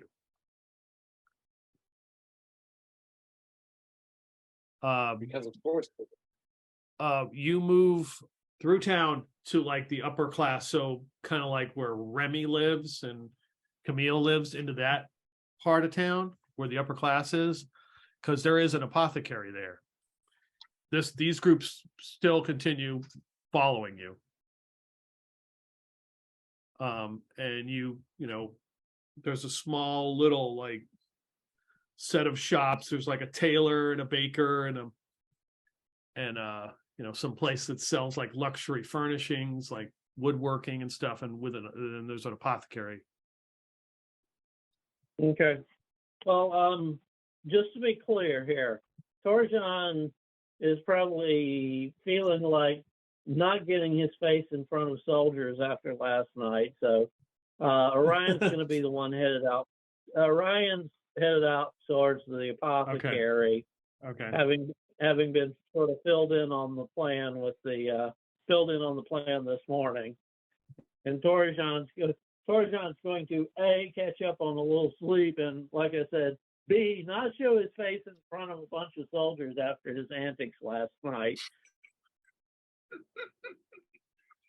After all, the guy started out as a prisoner when we met him. You know, he doesn't feel like going back that fast. So we got Basil, Wilberforce, Orion, and is Clintock following them, or is he going to try to sneak out some other way? He's not going to sneak out. He's going to be very obviously going around, attempting to. Is there like a local like artist guild or somewhere like that? Like what kind of artists you looking for? Like performing arts, like theater. Actually, like if there's there's the second theater, Clinkville theater troupe. Okay. Yeah, so I'm gonna go to the theater then. So the question would be, are all three of you leaving at the same time, or do you leave separately? I leave at the same time. Okay. In that case. So the group breaks off and follows Clintock as he heads in his direction. Not the only one they're interested in. They don't follow. They follow you guys too. Yeah. They're like, the group gets smaller, like, oh, that one's going that way. So they start. The commanders aren't stupid enough to send too few troops out. Okay. You go to All Smiles Apothecary. And open the door, ringy dingy ding, and you smell all sorts of like fruits and different plants, and there's all sorts of stuff growing and bubbling, and a woman steps through like a beaded curtain with some dreads and like a long, like wearing an apron, and she looks like she's got with a big pocket, looks like she's been working, and she's got like all kinds of different colors or whatever she's been working on. She's, oh, can I help you? Oh, welcome to All Smiles. I am Maya Smileshine. Maya Smileshine. Okay. I understand I need to lay some groundwork because people may be asking this lady what we bought. So I'm going to tell her that we got three different problems here. Okay. So number one, we got this guy laid up, massive blood, major blood loss, took bludgeoning damage, and we got him healed, but we need something to get him up and going faster if she has anything along that line. Oh my. So we've given him a healing potion, but we need something to get him up and going faster. Sorry, Karn. Number two is going to be, and a completely different member of my group has the piles. So we need something. We need something to speed things along. But a good colon cleansing tonic. I haven't been to the bathroom in 4 days. Okay, and just to have a backup, we'll ask about you know, we'll ask about something to, I guess we could just flat out ask for syrup of ipecac or equivalent. Oh, you're gonna get it coming out of Karn from both ends. Yeah. Yeah. Sorry, Card. If I know something like syrup of ipecac, otherwise I'll describe, you know, like we're afraid he ate something, and you know, there's something that can help him. If there's something help him, he can help him get it out. Oh my. Well. And mind you, I tell her it's 3 different people. I don't name names, but it's 3 different people. This is a. Thank you, Basil. Thank you for backing me up there. Yeah. Not a problem. She takes out a large tome book and starts flipping through it. And when she flips through it, there's like a leaf or a flower that's like stuck to a page, and she's just like looking at it, and she says, let me see. Emetic. That's the word I'm looking for. We need an emetic. Makes you throw up. Let's see. You don't need maybe some mending paste. This one sounds. Does he have broken bones? Yes. She kind of goes to her shelf and goes through all these bottles of stuff, and she comes out with like a small glass like jar, and it's like this green paste. It's got like flecks of red in it. Some mending paste for your friend. Okay. Scrapes, breaks, things like that. What are the application directions? Oh, just use liberally. How long? So yeah, I mean, you explain to her when you explain to her like the injury, she's like, "Oh yeah, you just use over the worst parts." This other one who is, you say, looks over at Basil. Oh, my stomach. It feels like a rocket here.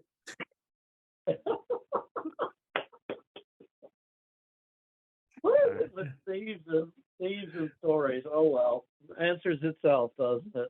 Oh, she says, "Oh yes, I have this. I have Saint Joseph wort, otherwise known as sweet basil. It reduces flatulence and eases constipation." That should do it. That should do it. How do I take it? She just hands you a bunch of leaves. She says you can just consume it and eat it with your regular diet. So put it in the salad? Oh yes, you could do that. Yes. Okay. Ryan just mentally smiles and yeah. Mr. Healthy Eater is about to be unhealthy. And what was the other one? Well, the other one is I just flat out ask her for an emetic. You know, just say, you know, I'll tell her that's for the trail, because sometimes we eat bad food and we need a way to get rid of it. So.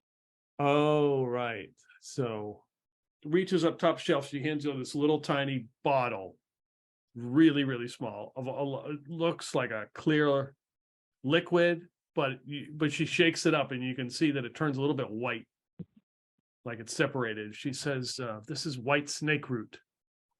Just a drop.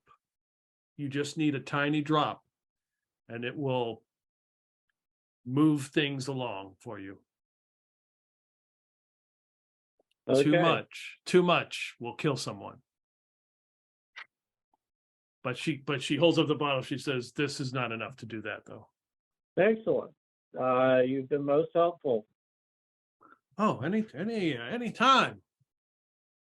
So what are we looking at? What are we looking at damage wise? What do you think is a fair price? She went there. Yeah, she did. She, she went there. Oh, she really is a hippie.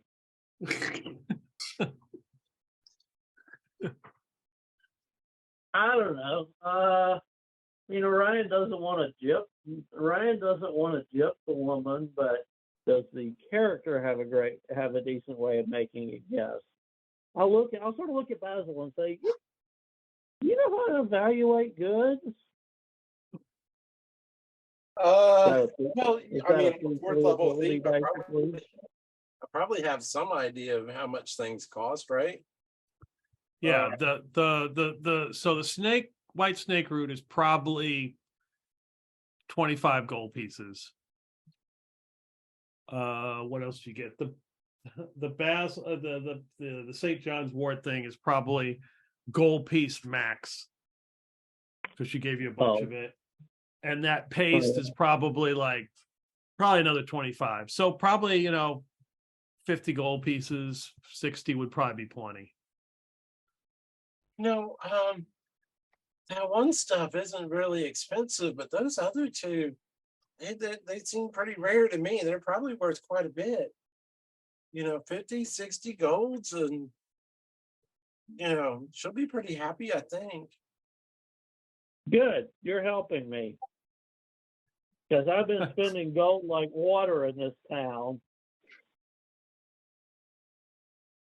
I don't mind kicking it. I've got a little. I'll split it with you. Okay. That's all I'm asking. He gives you 30 gold. What? That's all I'm asking. All righty. I just marked it off my sheet. Sorry, didn't mean to hit you up, but my character has been spending gold like water in this town. Bought a healing potion and then immediately had to pour the last drop of it down Karn's throat. Speaking of which, Karn had bought 10 doses. He can give you one of those because each dose has got 6, right? Yeah. Yeah. Yeah. So Karn will replace that for you off of what he's got on his sheet. Okay. Well, I've already said that I've spent it, so no reason to roll back time. Well, no, he wants to make sure you still got a way to do it to him again. Okay. All right, but I'll take Basil's suggestion and toss in 30 gold pieces of my own and give her 60. Okay. She is very grateful that you have paid her. Great. You could say she's all smiles. Oh. All smiles, right. She kind of looks out the window of her shop and she sees the 2 sets of guards loitering out there, and she's like, "Oh, are they required anything? Are they? Are you with them?" They're our protection detail. Oh, We're on the committee for the festival. oh, wonderful. And there's some terrible events happened last night, and they are protecting us. Yes, I heard the alarm sound. I was quite concerned. They seem to be out and about. Hopefully everything will be fine. Good luck to you. Gotta watch out for the thieves around here. They're terrible. Yes, it's a shame.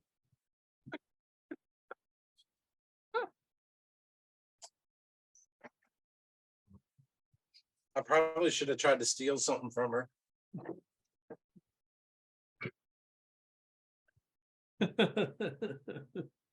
Maybe I'll come back and try to get my gold.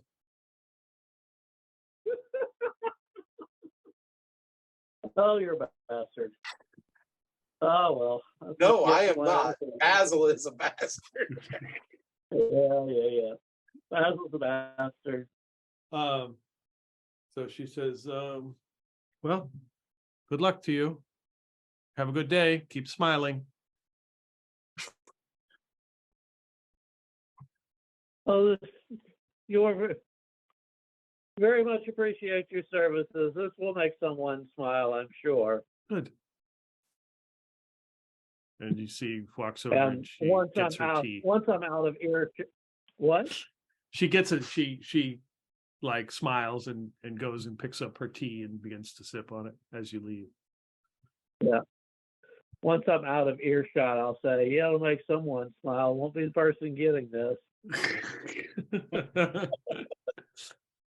All right, so you leave. All right, so Clintock, you have some people following you from the mayor's guard and from the Emperor as you head into the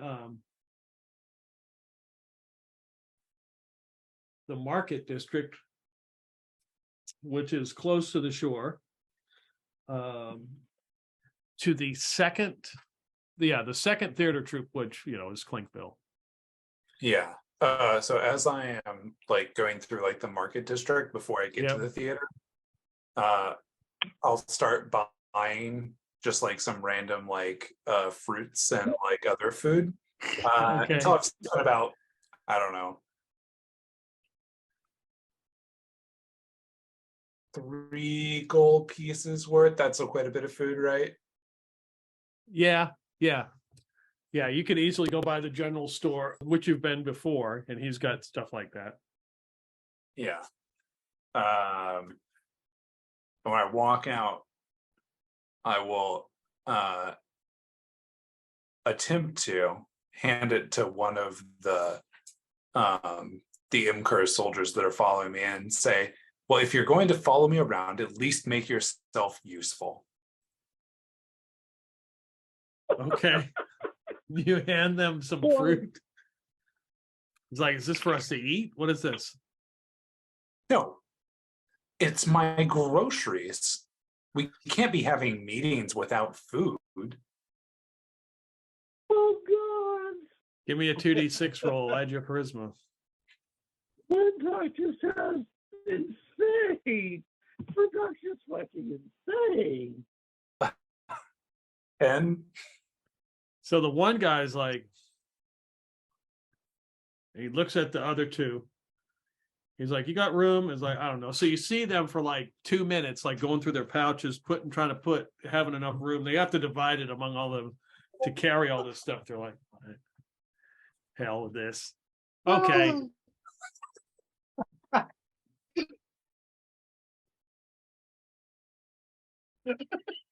Oh my God, that is so awesome.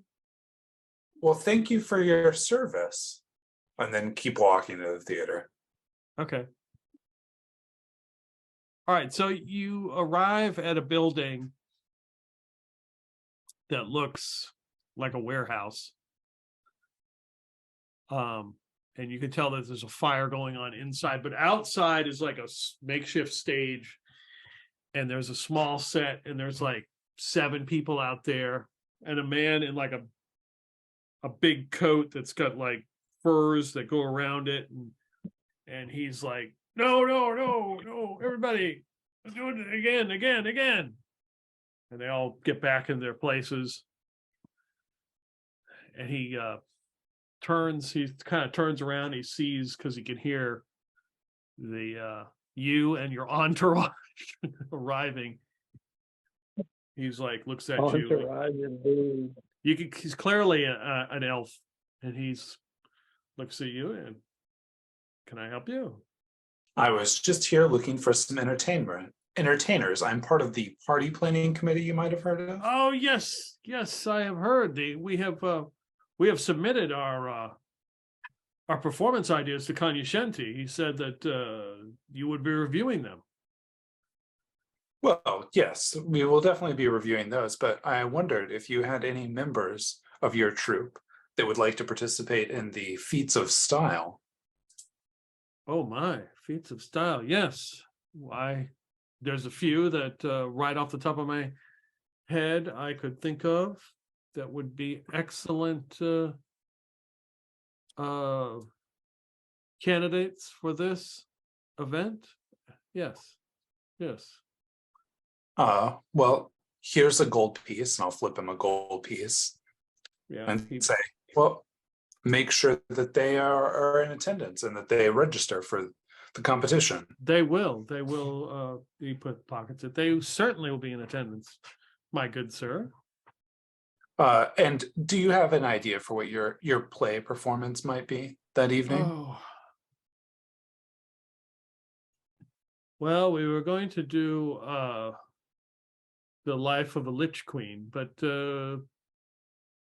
we've been doing that for a while, so I'm not sure. We're working on some newer material, especially for the festival itself.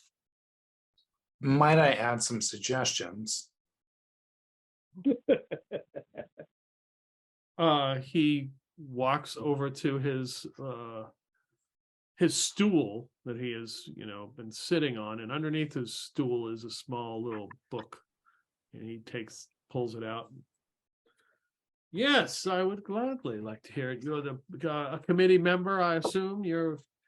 Must be, since you have an entourage here. Very popular. Yes.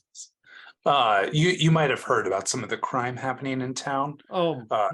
Yes. Last night, one of the ruffians mugged me in the fog, as you might see.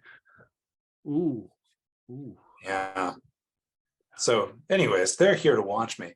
But I thought, what better than a performance about the mayor and his rise to power, and how he even showed that the Imker is completely outshined by his glorious and splendid leadership. Yes, I can see it now. It's God, a fantastic idea. Well, there's some rewrites we'd have to do, but well, I assume it takes time and effort, and here's something to make sure that while you're burning the midnight oil, you have some recreation and some refreshments, and I will pass him 5 gold pieces. Oh yes, he pockets it. Very sure. The festival that we are supposed to perform, it's supposed to begin the evening of the 15th. We were supposed to have a small play there, and then another one the 18th, and then I believe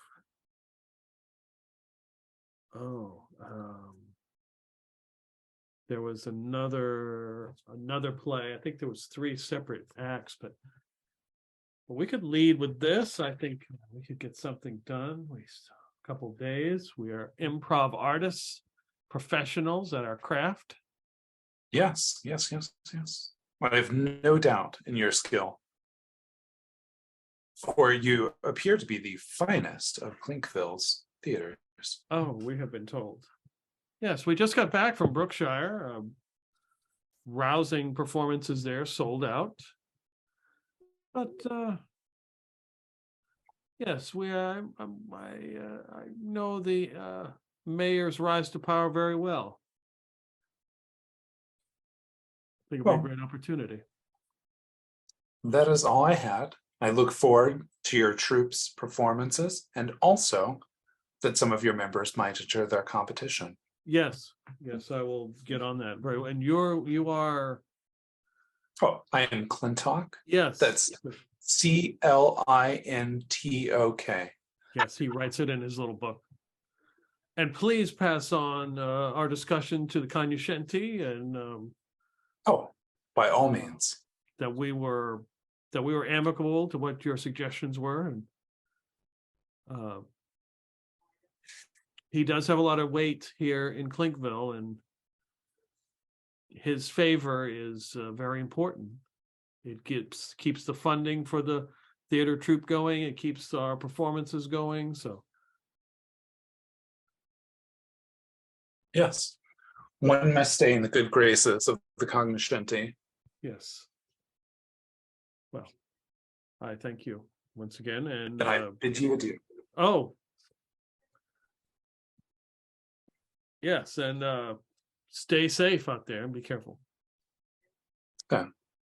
Oh, and men, if you would like to take a break, any one of you can stay and watch this performance. I think you might find it more enjoyable than watching me run errands. Gosh, damn. As much as some of them probably they actually, a few of them actually have a discussion about it, but they decide that probably it's not really a good idea to stay and just not follow you. So Okay. I will make just like some small side trips. One to a place that makes the scones that everybody loves so much. Not the place where we had our first meeting as the party planning committee. That wasn't the rejuvenating bog that everybody loved. I forget what bakery it was. I will find it here in a second. Yeah, those are they're the ones that make the scones. Shortbread Bakery. Yeah, it's in the admin district near the jail and the Dark Fang Tavern, and yeah, that's the place that makes the best scones. Okay, and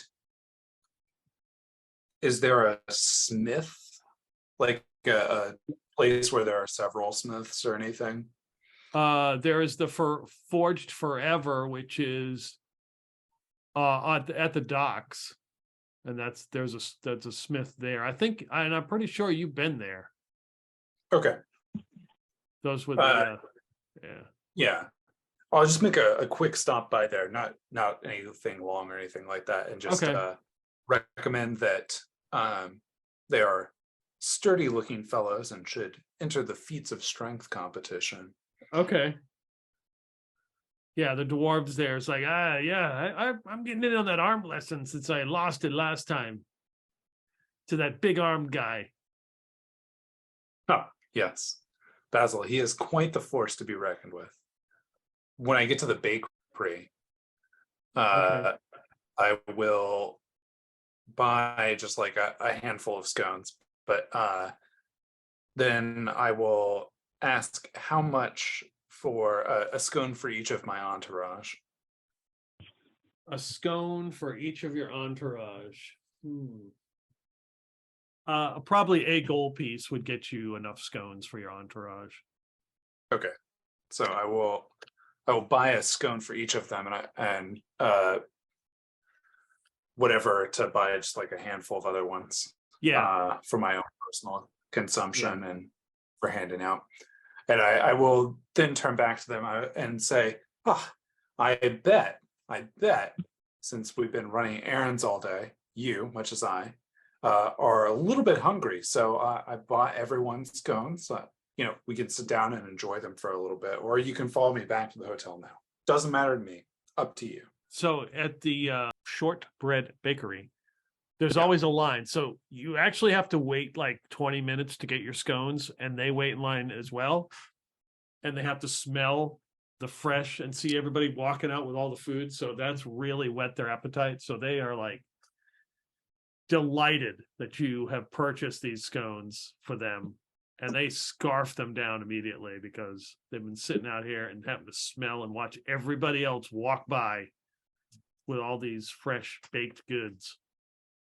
And when I go to the Imker's guards, I will say to them, does the Imker provide you with such delicious baked goods?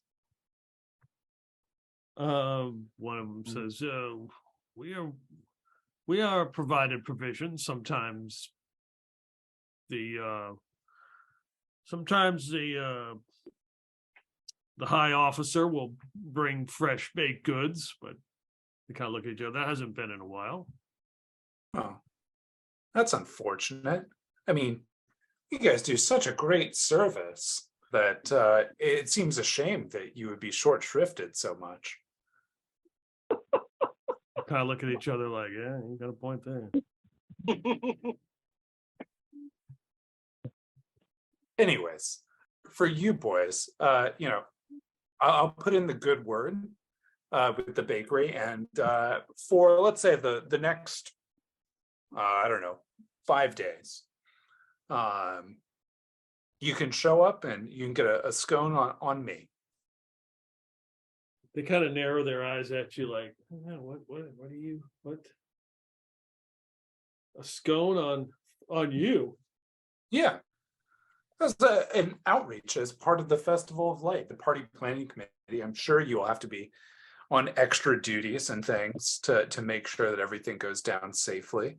And heaven forbid something bad would happen. I want to make sure that you guys are in tip-top shape. One of them looks at it. I'm not passing up a free scone if he's offering them. They're good. Okay. Well, All right, I'll give the gold to the baker and tell her the agreement. okay. Yeah, Victor, the halfling, comes out. Oh yeah, you look. Oh hey, Clintock. Okay. I just told the Accursed guards, these ones here, that for the next 5 days of the Festival of Light, they can show up and get a scone that I will pay for ahead of time. Oh well, yeah, we'll make that happen. That's wonderful. That's nice. Nice gesture. Yeah, I want to make sure they're well fed. I'm sure they're going to do extra duty to make sure this thing goes on safely. So, yeah, just trying to make sure. As a member of the party and planning committee, we have to make sure this goes off without a hitch. Yeah, that's really nice. Oh yeah. So and he's like, oh, I really appreciate that. It's great. And he walks over to, you can smell all the food and everything, and he pulls out a tray from one of the shelves and grabs something like the size of a small, like, personal pizza, but it's a cinnamon roll. It says, hey, that's for you. Yeah, thank you. Try this. It's good on the house. Oh, I absolutely will. And keep up the good work. And then I'll head out. And I'll just head back to the rejuvenating bog at this point. Okay. You and your giant cinnamon roll and scones and carrying your groceries as they return. Are you guys going to go anywhere? Well, your weapons are supposed to get picked up the 14th. No, he said he'd have the weapons, certain ones available today, and the magic item that he was trying to do would be the 14th.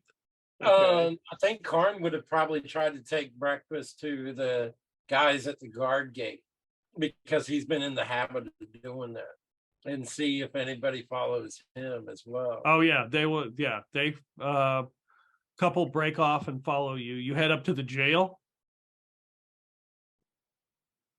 So I wasn't going to leave with them. I was going to leave at a different time. Right. Yeah. So okay. So yeah. Karn, but they do follow. Oh yeah, they do follow Karn. Yeah. So they suspect him too. So yeah, you head up there. Man, what was your buddy's name? Newman. So Newman is up there. Yeah, Newman. And Marsh Destiny, your buddy that you got out of jail, is going with you, carrying all your stuff. You do have a horse you could use, so you actually could just ride on the horse, and Marsh has got the reins and he's moving along. And two guards from the Emperor and two guards from the mayor's office follow you as you go up to the jail. The jail is like, you head down here and you can see there's a bigger presence of soldiers from the Emperor's office. And the jail, instead of having 3 guards, has got like 10. And there's a bunch of them in the back there where that tunnel is. They're like doing something, and there's some discussions on, and Newman kind of sees you coming up. Do you have your dog with you? I absolutely do. Okay. So yeah, he comes up and pets the dog, and he kind of looks. He's like, "Hey, Karn, good to see you're out." As he's petting the horse. Well, I'm having to use the horse to get around right now. Still feeling a little under the weather. But I couldn't ignore my friends up here. What's with all the what's the hubbub about? Somebody, I don't know. They don't tell me much, but what I heard was somebody tried to break into the jail last night. And Miscreants. yeah, and one of the guards, Phil, died. So Well, that is sad news. I'm not sure if I had met Phil. He must have worked the night shift. yeah, he did. He worked at night. So yeah, we're going to have a memorial service later this evening for him, and we're taking up a collection. A collection, you say, for his family? Yeah, for his family. He have bairns? Yeah. Well, that is just too sad. And he'll hand them 10 golds to go towards the family. Oh, he's like, oh wow, thank you, Karn. I wonder if any of these guys were associated with what happened down at the docks. I bet you it's connected somehow. There's a good chance it was the same group of miscreants. I bet they're all connected.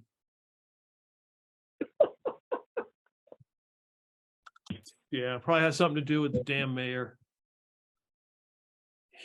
As he does that, he looks past you and sees two of the mayor's guards. Yeah. That are behind you, and he casts like go burn in hell look. Yeah, probably them two. But yeah, I'm really not sure why they've been following me around today. Perhaps they're looking after my health. I doubt it, Karn. I really doubt it. Well, Cuthbert provides. I hope so. Well, I brought you breakfast here. Oh yeah. Fortunately, I didn't know there was going to be so many of you, or I would have brought more. Yeah, well, you didn't know. That's okay, Karn. That's all right. Well, the guys appreciate it. I'll tell them about. Well, I see that you're busy, but I'll try to make the services this evening. Where are they at? They're gonna be right out in front of the Emperor's Palace. Well, if the mayor's duties don't interfere, then I shall be there, and perhaps I'll bring some more. Make sure the family is taken care of. Yeah. He puts his hand he goes to like touch your leg or because he can't reach your shoulder, but he's like, I don't know if I should touch this guy because he hurt really bad. So he touches, he pats the dog instead. He's like, well, it's good to see you moving around, and then we appreciate the gift, and take care. You as well, my friend. We'll see you soon, Newman. All right. Oh, okay. All right. I'm glad we didn't kill Newman. All right. That was Karn. Anything else anybody's going to do? No. So, Clinton's going to pick up the weapons, or? Are you going to, or are you going to wait for the next day? I figure just wait till the next day. We Okay. don't have Take them any all, take them reason all to up have at them. once? Yeah. Okay. All right, so presumably we meet back at the rejuvenating bog and discuss how to. And Clintock and I and Basil W, if he wants to, can discuss how to dose Karn up.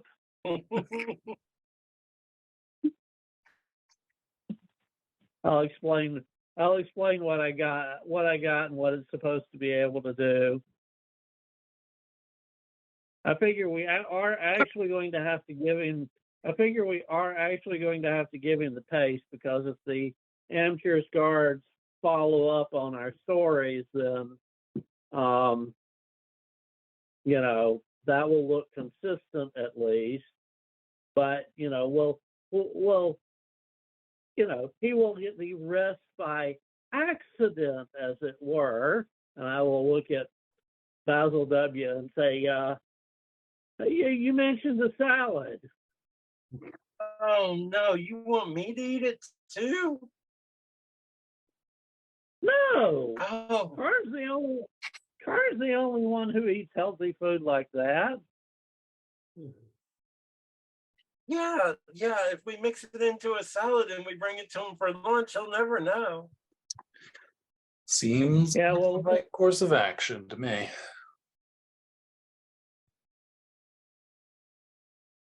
yeah. Well, we got to be careful. I think the St. Joseph's wort will probably react a little slower than the white snake root. I don't want the white snake root to force the St. Joseph's wort out. Could we So could we just slip that into some ale while we're meeting with the mayor if necessary? I think, yeah, that's the point. I'll let the guys with fast fingers work on that. Sounds like that's up your guys' alley. Yeah, that's one way we could do it. I'll intend to take it as well as and also slip some to the mayor. So everybody comes down with it. Clearly, somebody is trying to throw off the party planning committee. Uh-huh.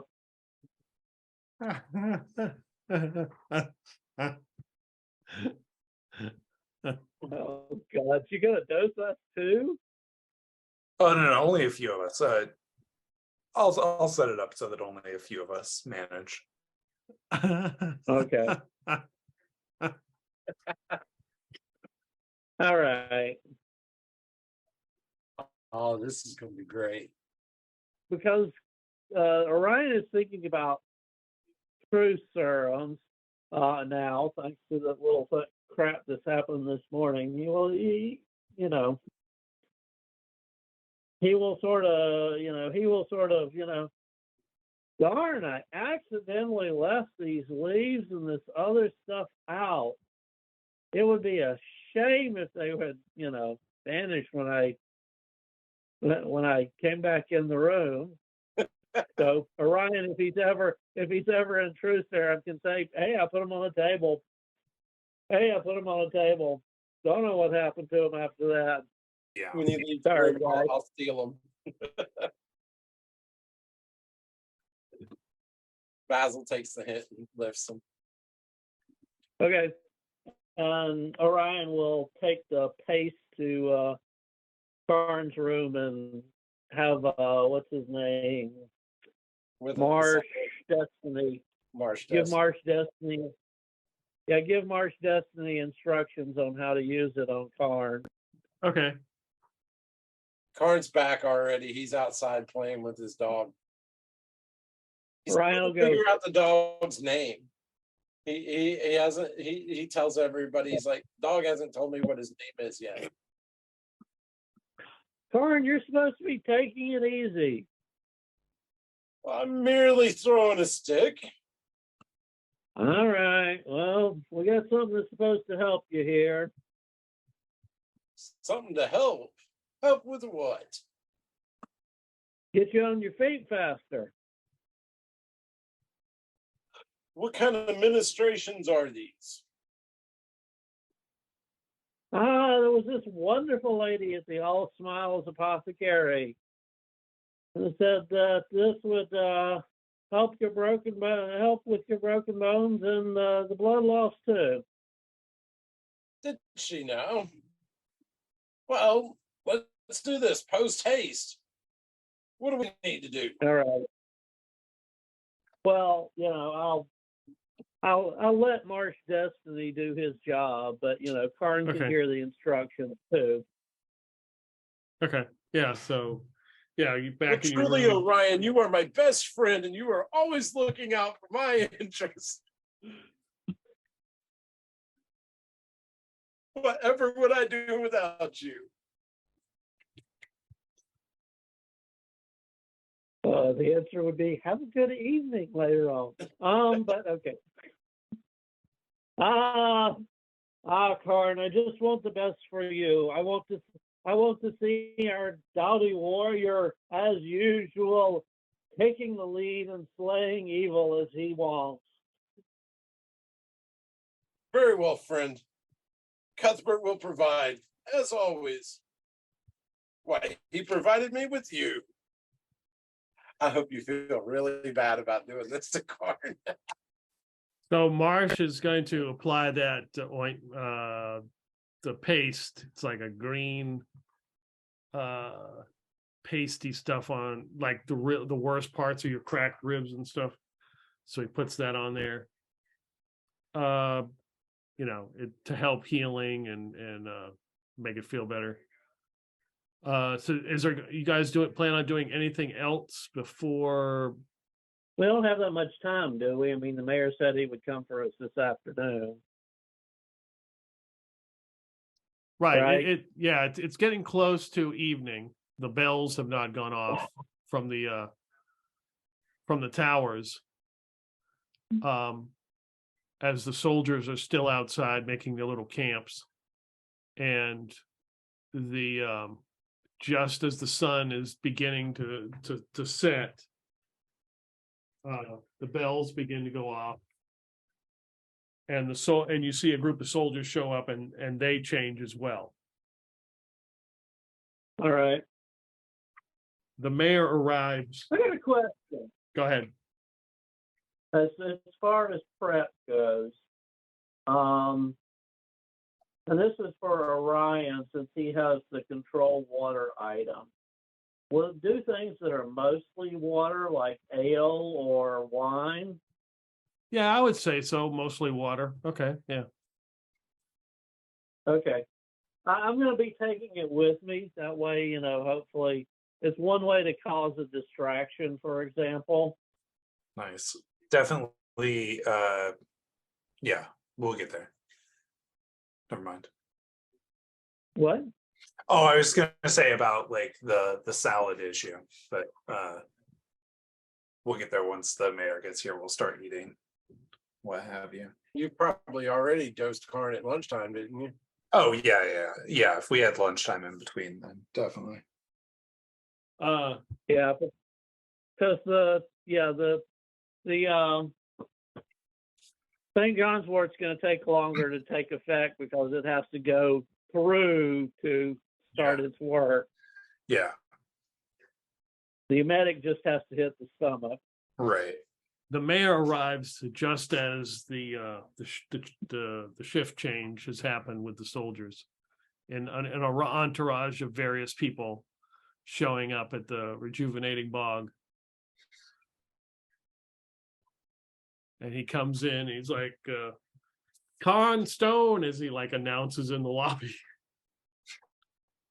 And he enters, he's wearing like a heavy cloak that's like a navy blue with a beret and some fashionable shoes. Nice. Karn Stone, as he's heads down into the private area, like announcing Karn Stone. He begins knocking on doors. Right. I think Karn's in his room. Marsh is like, somebody's calling for you. Sounds like the mayor. Is Karn sick yet? Did they give you the other stuff? Around lunchtime, right? I don't think so. I We don't gave think him the stuff that causes flatulence and Okay, but you haven't given me the emetic yet. basically causes flatulence and diarrhea around lunch, and then the other guys are waiting because I mean, if you've ever had an emetic, it acts pretty darn quickly, so they're sort of planning on dosing on the fly. Okay, so Well- we're gonna dose everybody that's gonna get dosed all at the same time instead of doing him ahead. Okay. Yeah, so, So- I think He I gets think off the Clinton- chamber pot and runs out and answers. Yeah, I think Clintock, and correct me if I'm wrong, your idea was to sort of slip it into the drinks when we got close to when we got there. Is that right? Yeah, I'm gonna slip it into like a decanter or a bottle of wine, whatever. okay. Once we get there, or are you gonna dose it? You gonna dose us on the way? Oh no, before we leave. Before you leave. Okay. Yeah, so the basil leaf reduces flatulence, eases constipation, alleviates stomach pains. Oh, it reduces flatulence. Correct, Yeah. yeah. Okay. I thought it caused flatulence. Well, Sorry. who knows? It Oh could have my the opposite effect on Karn. Who knows? Right. Because he's allergic to hippie medicine or whatever. And of course, as brilliant as y'all's plan was, nobody thought about while they were in there to get an antidote in case you took. Yeah. Assuming I can hear the mayor's shouts as he walks through the lobby, Yes. I'm going to like come out of my room and say, "Oh, Mayor, you're here already. I'm glad that you could make it." Yes, I've made all the arrangements, and we're going to take care of this problem right now. The amount of paperwork that I've had to go through and the hoops I've had to jump, and well, I didn't jump, but other people jumped for me. But it's Well, this is going to be a most glorious day. They will write in the annals of history about this day and this festival. On such an occasion, though, I do think we would be remiss if we did not have a celebratory drink first. celebratory drink. You said, Okay. oh. Yes. Well, that's and he kind of snaps his fingers, and one of his entourage pulls from their sack one of his wine bottles that's from his winery. I brought a bottle myself. That's excellent, Clintock. I'll reach out to grab it. Okay. Yeah, he uncorks the bottle, and somebody else comes and pulls out some glasses and starts handing glasses out to like random people. We need a more private affair. We can party with the revelers later, but I think it should just be you, of course. Yes, me. and the party committee and Karn, who will be doing the services this evening. Yes. And then after the event, we will have a great party. Well, I mean, of course we will. To Karn's room. Yes, to Karn's room. Let's go. We'll be back. As he looks his entourage. I will return. And gone. The Cognoscenti is cannot make it, so. Oh. But I will be in his stead, right? I mean, I think I have appropriate standing that I could stand in for him in this committee. Oh, you are a most excellent stand-in, good mayor. As we are walking up the stairs and like as we get close, and knowing the wine bottle has already been uncorked, I will dump the contents into the wine bottle. Okay. Discreetly as possible. See, give me a dex roll. Okay. 7 under 13. Okay. I am going to give I will give them a 1 in 6 chance that maybe they notice something. All right. And Can Basil try to interfere with this in any way? yeah, what is Basil gonna do? If I see him pouring that in there, if I notice somebody happens to be looking at him, can I try to like distract them, gain their attention? Oh, tell me about this thing that you're wearing here, what is this? Oh God. Yeah, so let me think. The mayor wouldn't bring I his don't know. entire he wouldn't bring his entire entourage. The planning committee is Clintock, Orion, Basil, So fan. and Zofan, right. The only person really would be the mayor. So Basil, what do you do as the mayor is just kind of talking and he kind of looks over and sees Clintock doing something. He's like curious. Karn not with us? He's in his room. Karn's in his room. Oh, okay. We're meeting Karn there. Okay. I pretend to trip, stumble into him, grab a hold of his robe, and try to and sort of yank on it, almost like I'm gonna rip it or something, and then start tumbling over my own tongue. It's like, Okay. oh man, I'm so sorry. Give me a dex roll. Okay, I got dex of 15. No, that's Karn's dex. What's Basil's dex? 14. Karn's got a better dex than Basil. Oh no, I got an 18.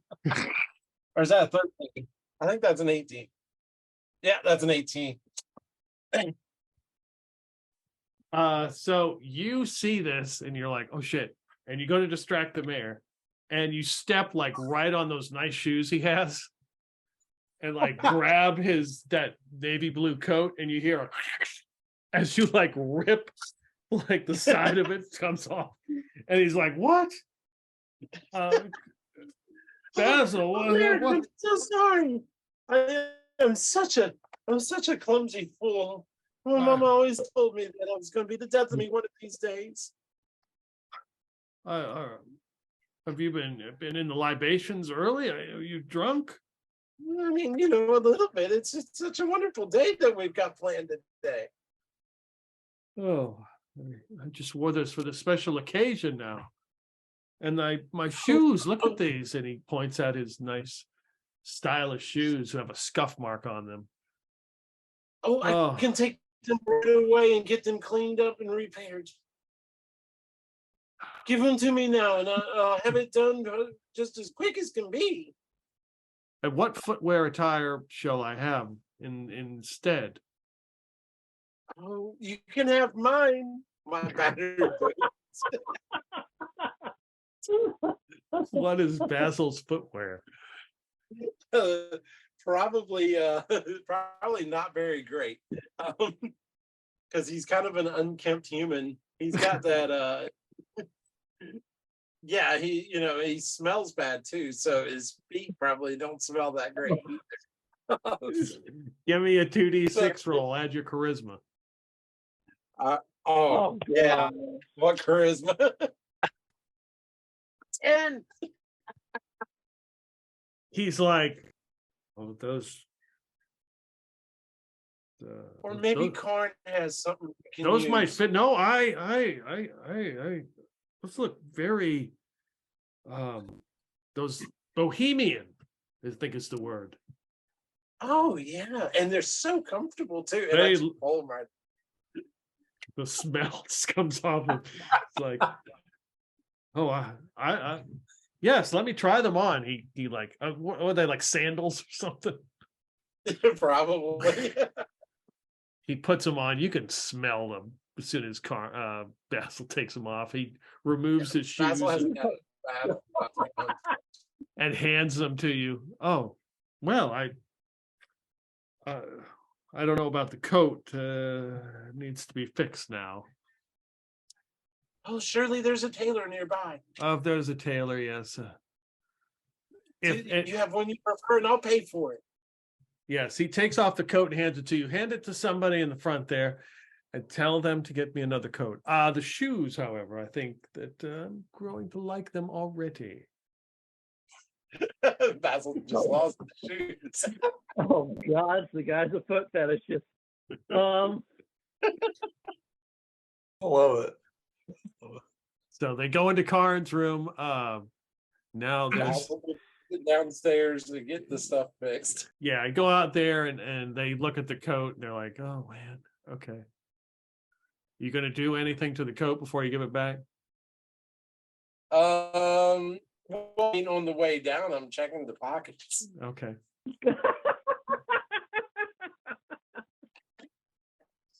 Uh let's see here. Give me a D10 roll.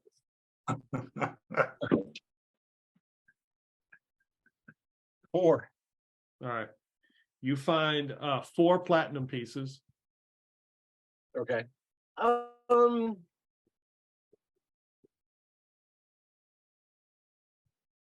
don't take them. Okay. I don't take them. It's not enough to get in trouble for and screw up the plan. Give me another D6 roll. Okay. I mean a D6 roll. 2. So as you're kind of doing a quick, you've done this before. I mean, easy. Yeah. You're like, oh, I don't want that. Then you realize there's like an inside pocket in that there's a piece of paper in there. Like you can feel it inside the coat. Like there's a hidden pocket.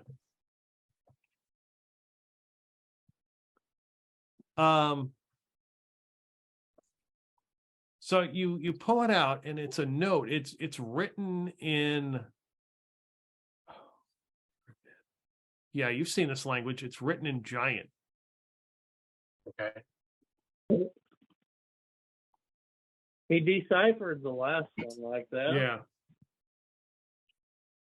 Yeah, he's got what, like a 90% chance to decipher languages? Isn't it something like classes, Steve? Yeah, it's a class ability. I don't know how good it is. You'd have to look it up. That's what I'm looking for. Right now. Well, yeah, you read the last one. That was in giant, right? You got an 8. That was in Arconi, wasn't it? No, the one that was on that you got off the ship. That's right. That was in giant. Yeah. Yeah, Yeah. it was in giant.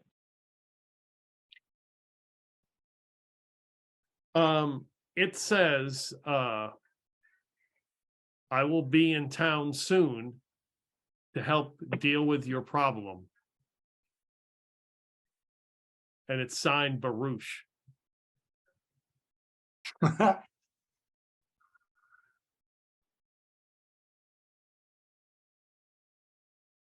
We know who Baruch is, don't we? Yes. Yeah, enemy is the short version. Yeah. Was that somebody before I started playing? Yeah. Before you started playing, they actually met him. Okay. But he was part of the letter that you read was That was from Baruch. yeah. Yeah, that's right. I knew I'd heard that name. Yeah. So yeah, you Okay. hand it back to his entourage. Do you take the letter or that note, or you keep it? Oh no, I put that back too. I Okay. don't want them to know that. Yeah, they look horrified to see that it's ripped, and they scurry off. They haul ass out of there to go get And don't forget that Karn's going to pay for that. Okay. Oh God. All right. So you are now in Well- Karn's room. As we enter the room, I will say, tonight we drink to the moment at which the mayor ascends to his long and illustrious career. Yes, and since he would have like given out glasses, so he reaches into a pouch and pulls out his glass and sits in a chair in Karn's room, puts his feet up. Yes, and he reaches over. Let's pour me a drink there, Clintock. as we embark on this great festival of light. Oh, yes, I must drink to this with you. Give me a moment. And he Karn grabs a pitcher of water from off the sideboard and pours himself a drink into one of the glasses. You had to poison the wine.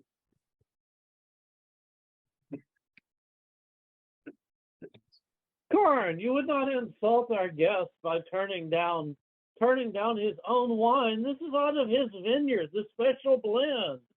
A very gracious offer indeed, but Cuthbert demands that we do not imbibe of any of the alcohol ever. Oh, well, Karn's a teetotaler. Karn, you do not need to imbibe it per se. Just hold it in your mouth, savor it on the palate, and then you may remove it into the cup. This is not a thought I've had before. Yes, Hold on. then you will Mark- honor the mayor. So Marsh is in the room because he is with Karn to assist him, and he says, Karn, I will imbibe for you as in Cuthbert's name. And he grabs the glass, says, pour me a drink. I will take it for Cuthbert. No, do not rush, for sure. Well, I will let you have it as well. And I will pour everyone's a glass, and then last I will pour Marsh, and then I will say, and the one who we should honor the most this evening, the mayor, and then I will pour him a glass. Oh, yes.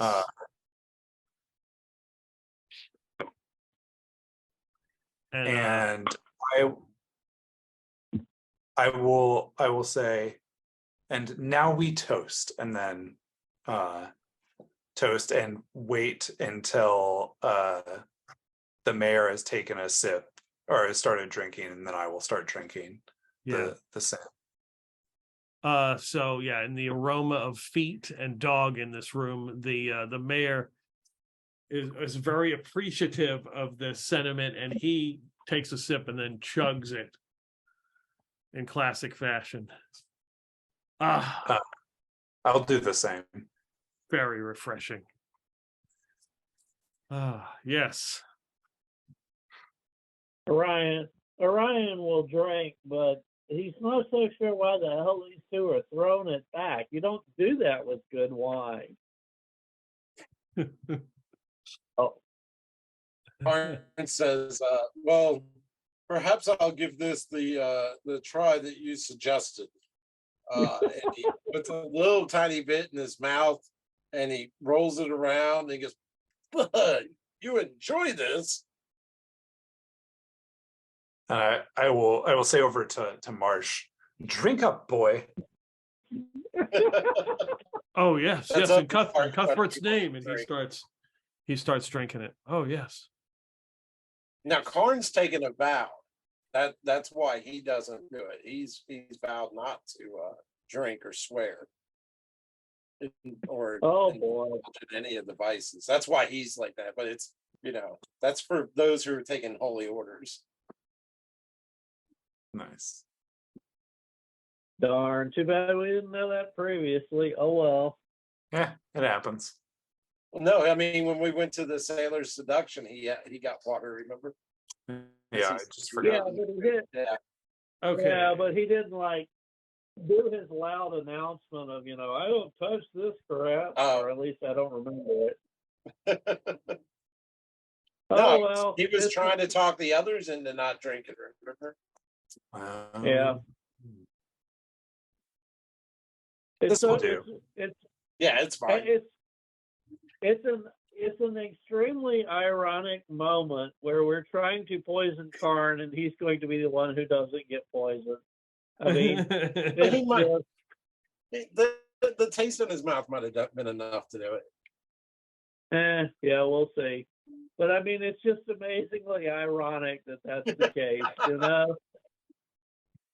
Let's see here.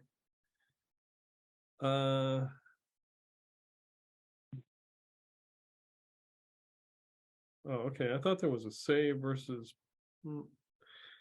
So save versus poison would be either spells or breath.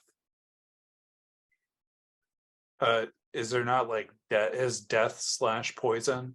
At least on my character sheet, it says comma poison next to death. Okay. Maybe that's the one. Yeah, because you technically could die from it, but there's not enough. Yeah, so save versus we'll go with death. So Okay. I will bring up the chart here. I'll bring up my screen so you can see what the Yes, poison. See if we killed the mayor. Whoops. You well roll 20, it can happen. Bad reaction. that would be pretty hilarious. Okay, I gotta see what They would definitely postpone the party. let's see. So But he's up there with us by himself. actually I gotta look up. Okay, so how's everybody roll look? Give me a second. All right. Basil failed. It looks like I'm vomiting. 12. Yeah. Okay. I got a 6 for Basil and a 7 for Karn. Ryan rolls an 18, so Nice. Yeah, you'll just have some discomfort, but it won't have any mechanical effects. Let's see. Mechanical effects. So discreetly work. Because there's technically an acolyte class, and that's what I was thinking Marsh was, an acolyte. So actually, he's got a decent saving throw. So here's Marsh. Does not affect him. Oh, nice. The mayor, that would be another story. I'll have to figure out. I got to figure out the mayor would be. We're going to say the mayor's got to roll 12 or higher.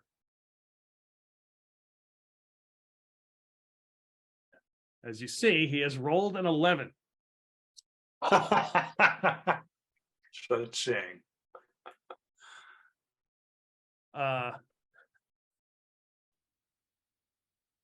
So yeah, he shoots it back. He takes another glass.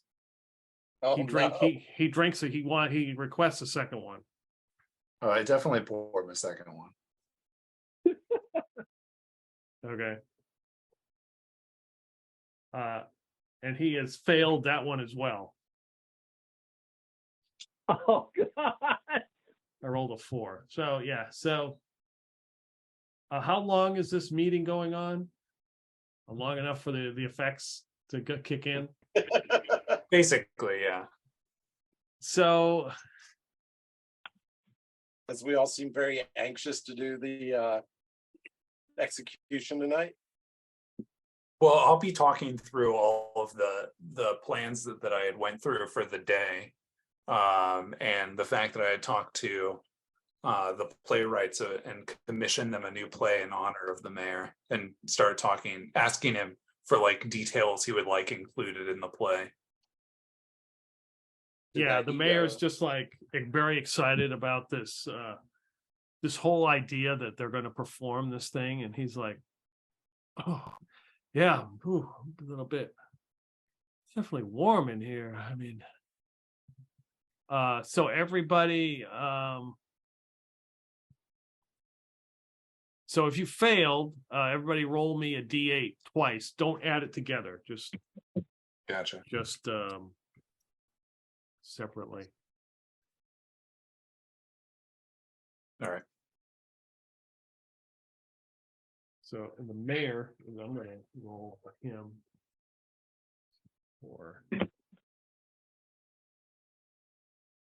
So the mayor's like starts grabbing his stomach, and he's like, and you can see he's trembling. He's like, oh, I don't feel so good. Oh, maybe it's been all the stress, everything that's gone on from everything that's been going. Oh, I feel so weak.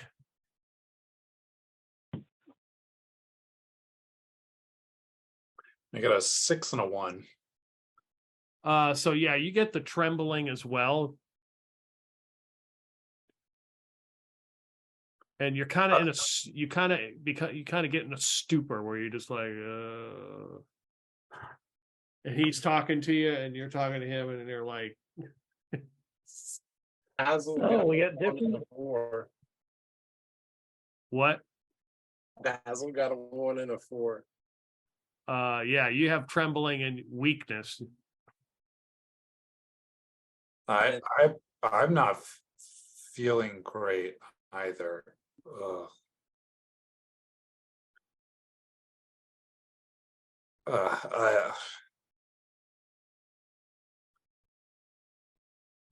No, there's something off. And the mayor's like, Okay. I gotta lay down. And he just lays back in that chair. He's like, oh. Karn got a 4 and a Okay. 7. Yeah, you have severe intestinal pain and weakness. Okay. So Okay. somebody get help. We've been poisoned. Okay. Karn doubles All up. right. I guess I gotta follow this through, as it were. So, I'll go for the. Let's see. Who would, if this were normal, who would Orion go for? Yeah, sorry, it has to be the mayor's entourage. So, because he's acting like he's acting like he's doing the best for the mayor. So it has to be the mayor's entourage. Orion will go out to the mayor's entourage and go, sort of draw one of the more important looking ones to the side and say, not to be an alarmist, but do you guys have an apothecary or a healer in your group? What's wrong?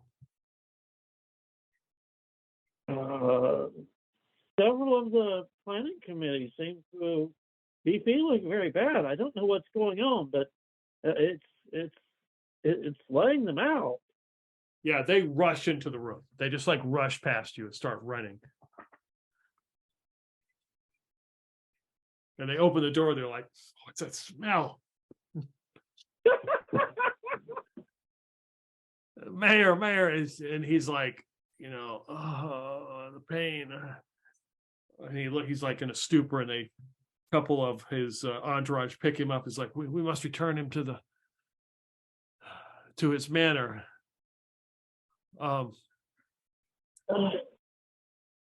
He's hardly the only one affected. There are other members of the planning committee feeling terrible also. Oh, Can you send a healer? yes, we will send the apothecary. We will send an apothecary down to see what is going on. Well, she's likely to know it. Yeah, if it's the same apothecary, she's going to be like, "What? You idiots!"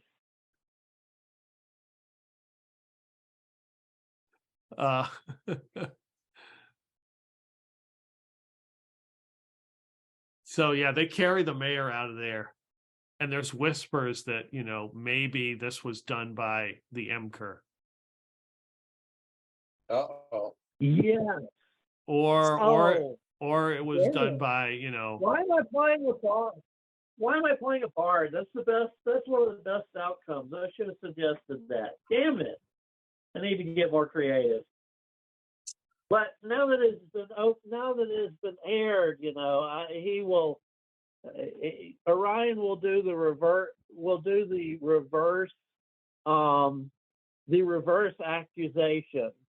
And there is no. Anybody he talks to, and there is no chance that the Emperor's guards or the Emperor involved. Absolutely no chance. Are you saying that as they're taking him outside or something? Yeah, and I'll check with somebody at the front desk and sort of try to discreetly fill them in what happened, but also and of course the Emperor is above suspicion of this. Reverse accusations, lovely little things.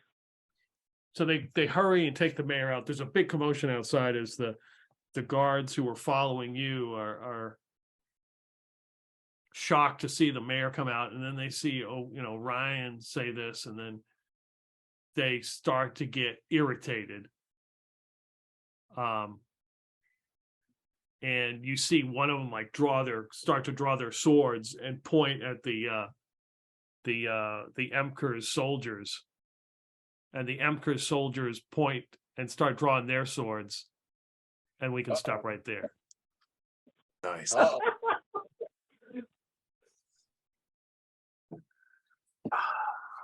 Somebody get to the apothecary quick.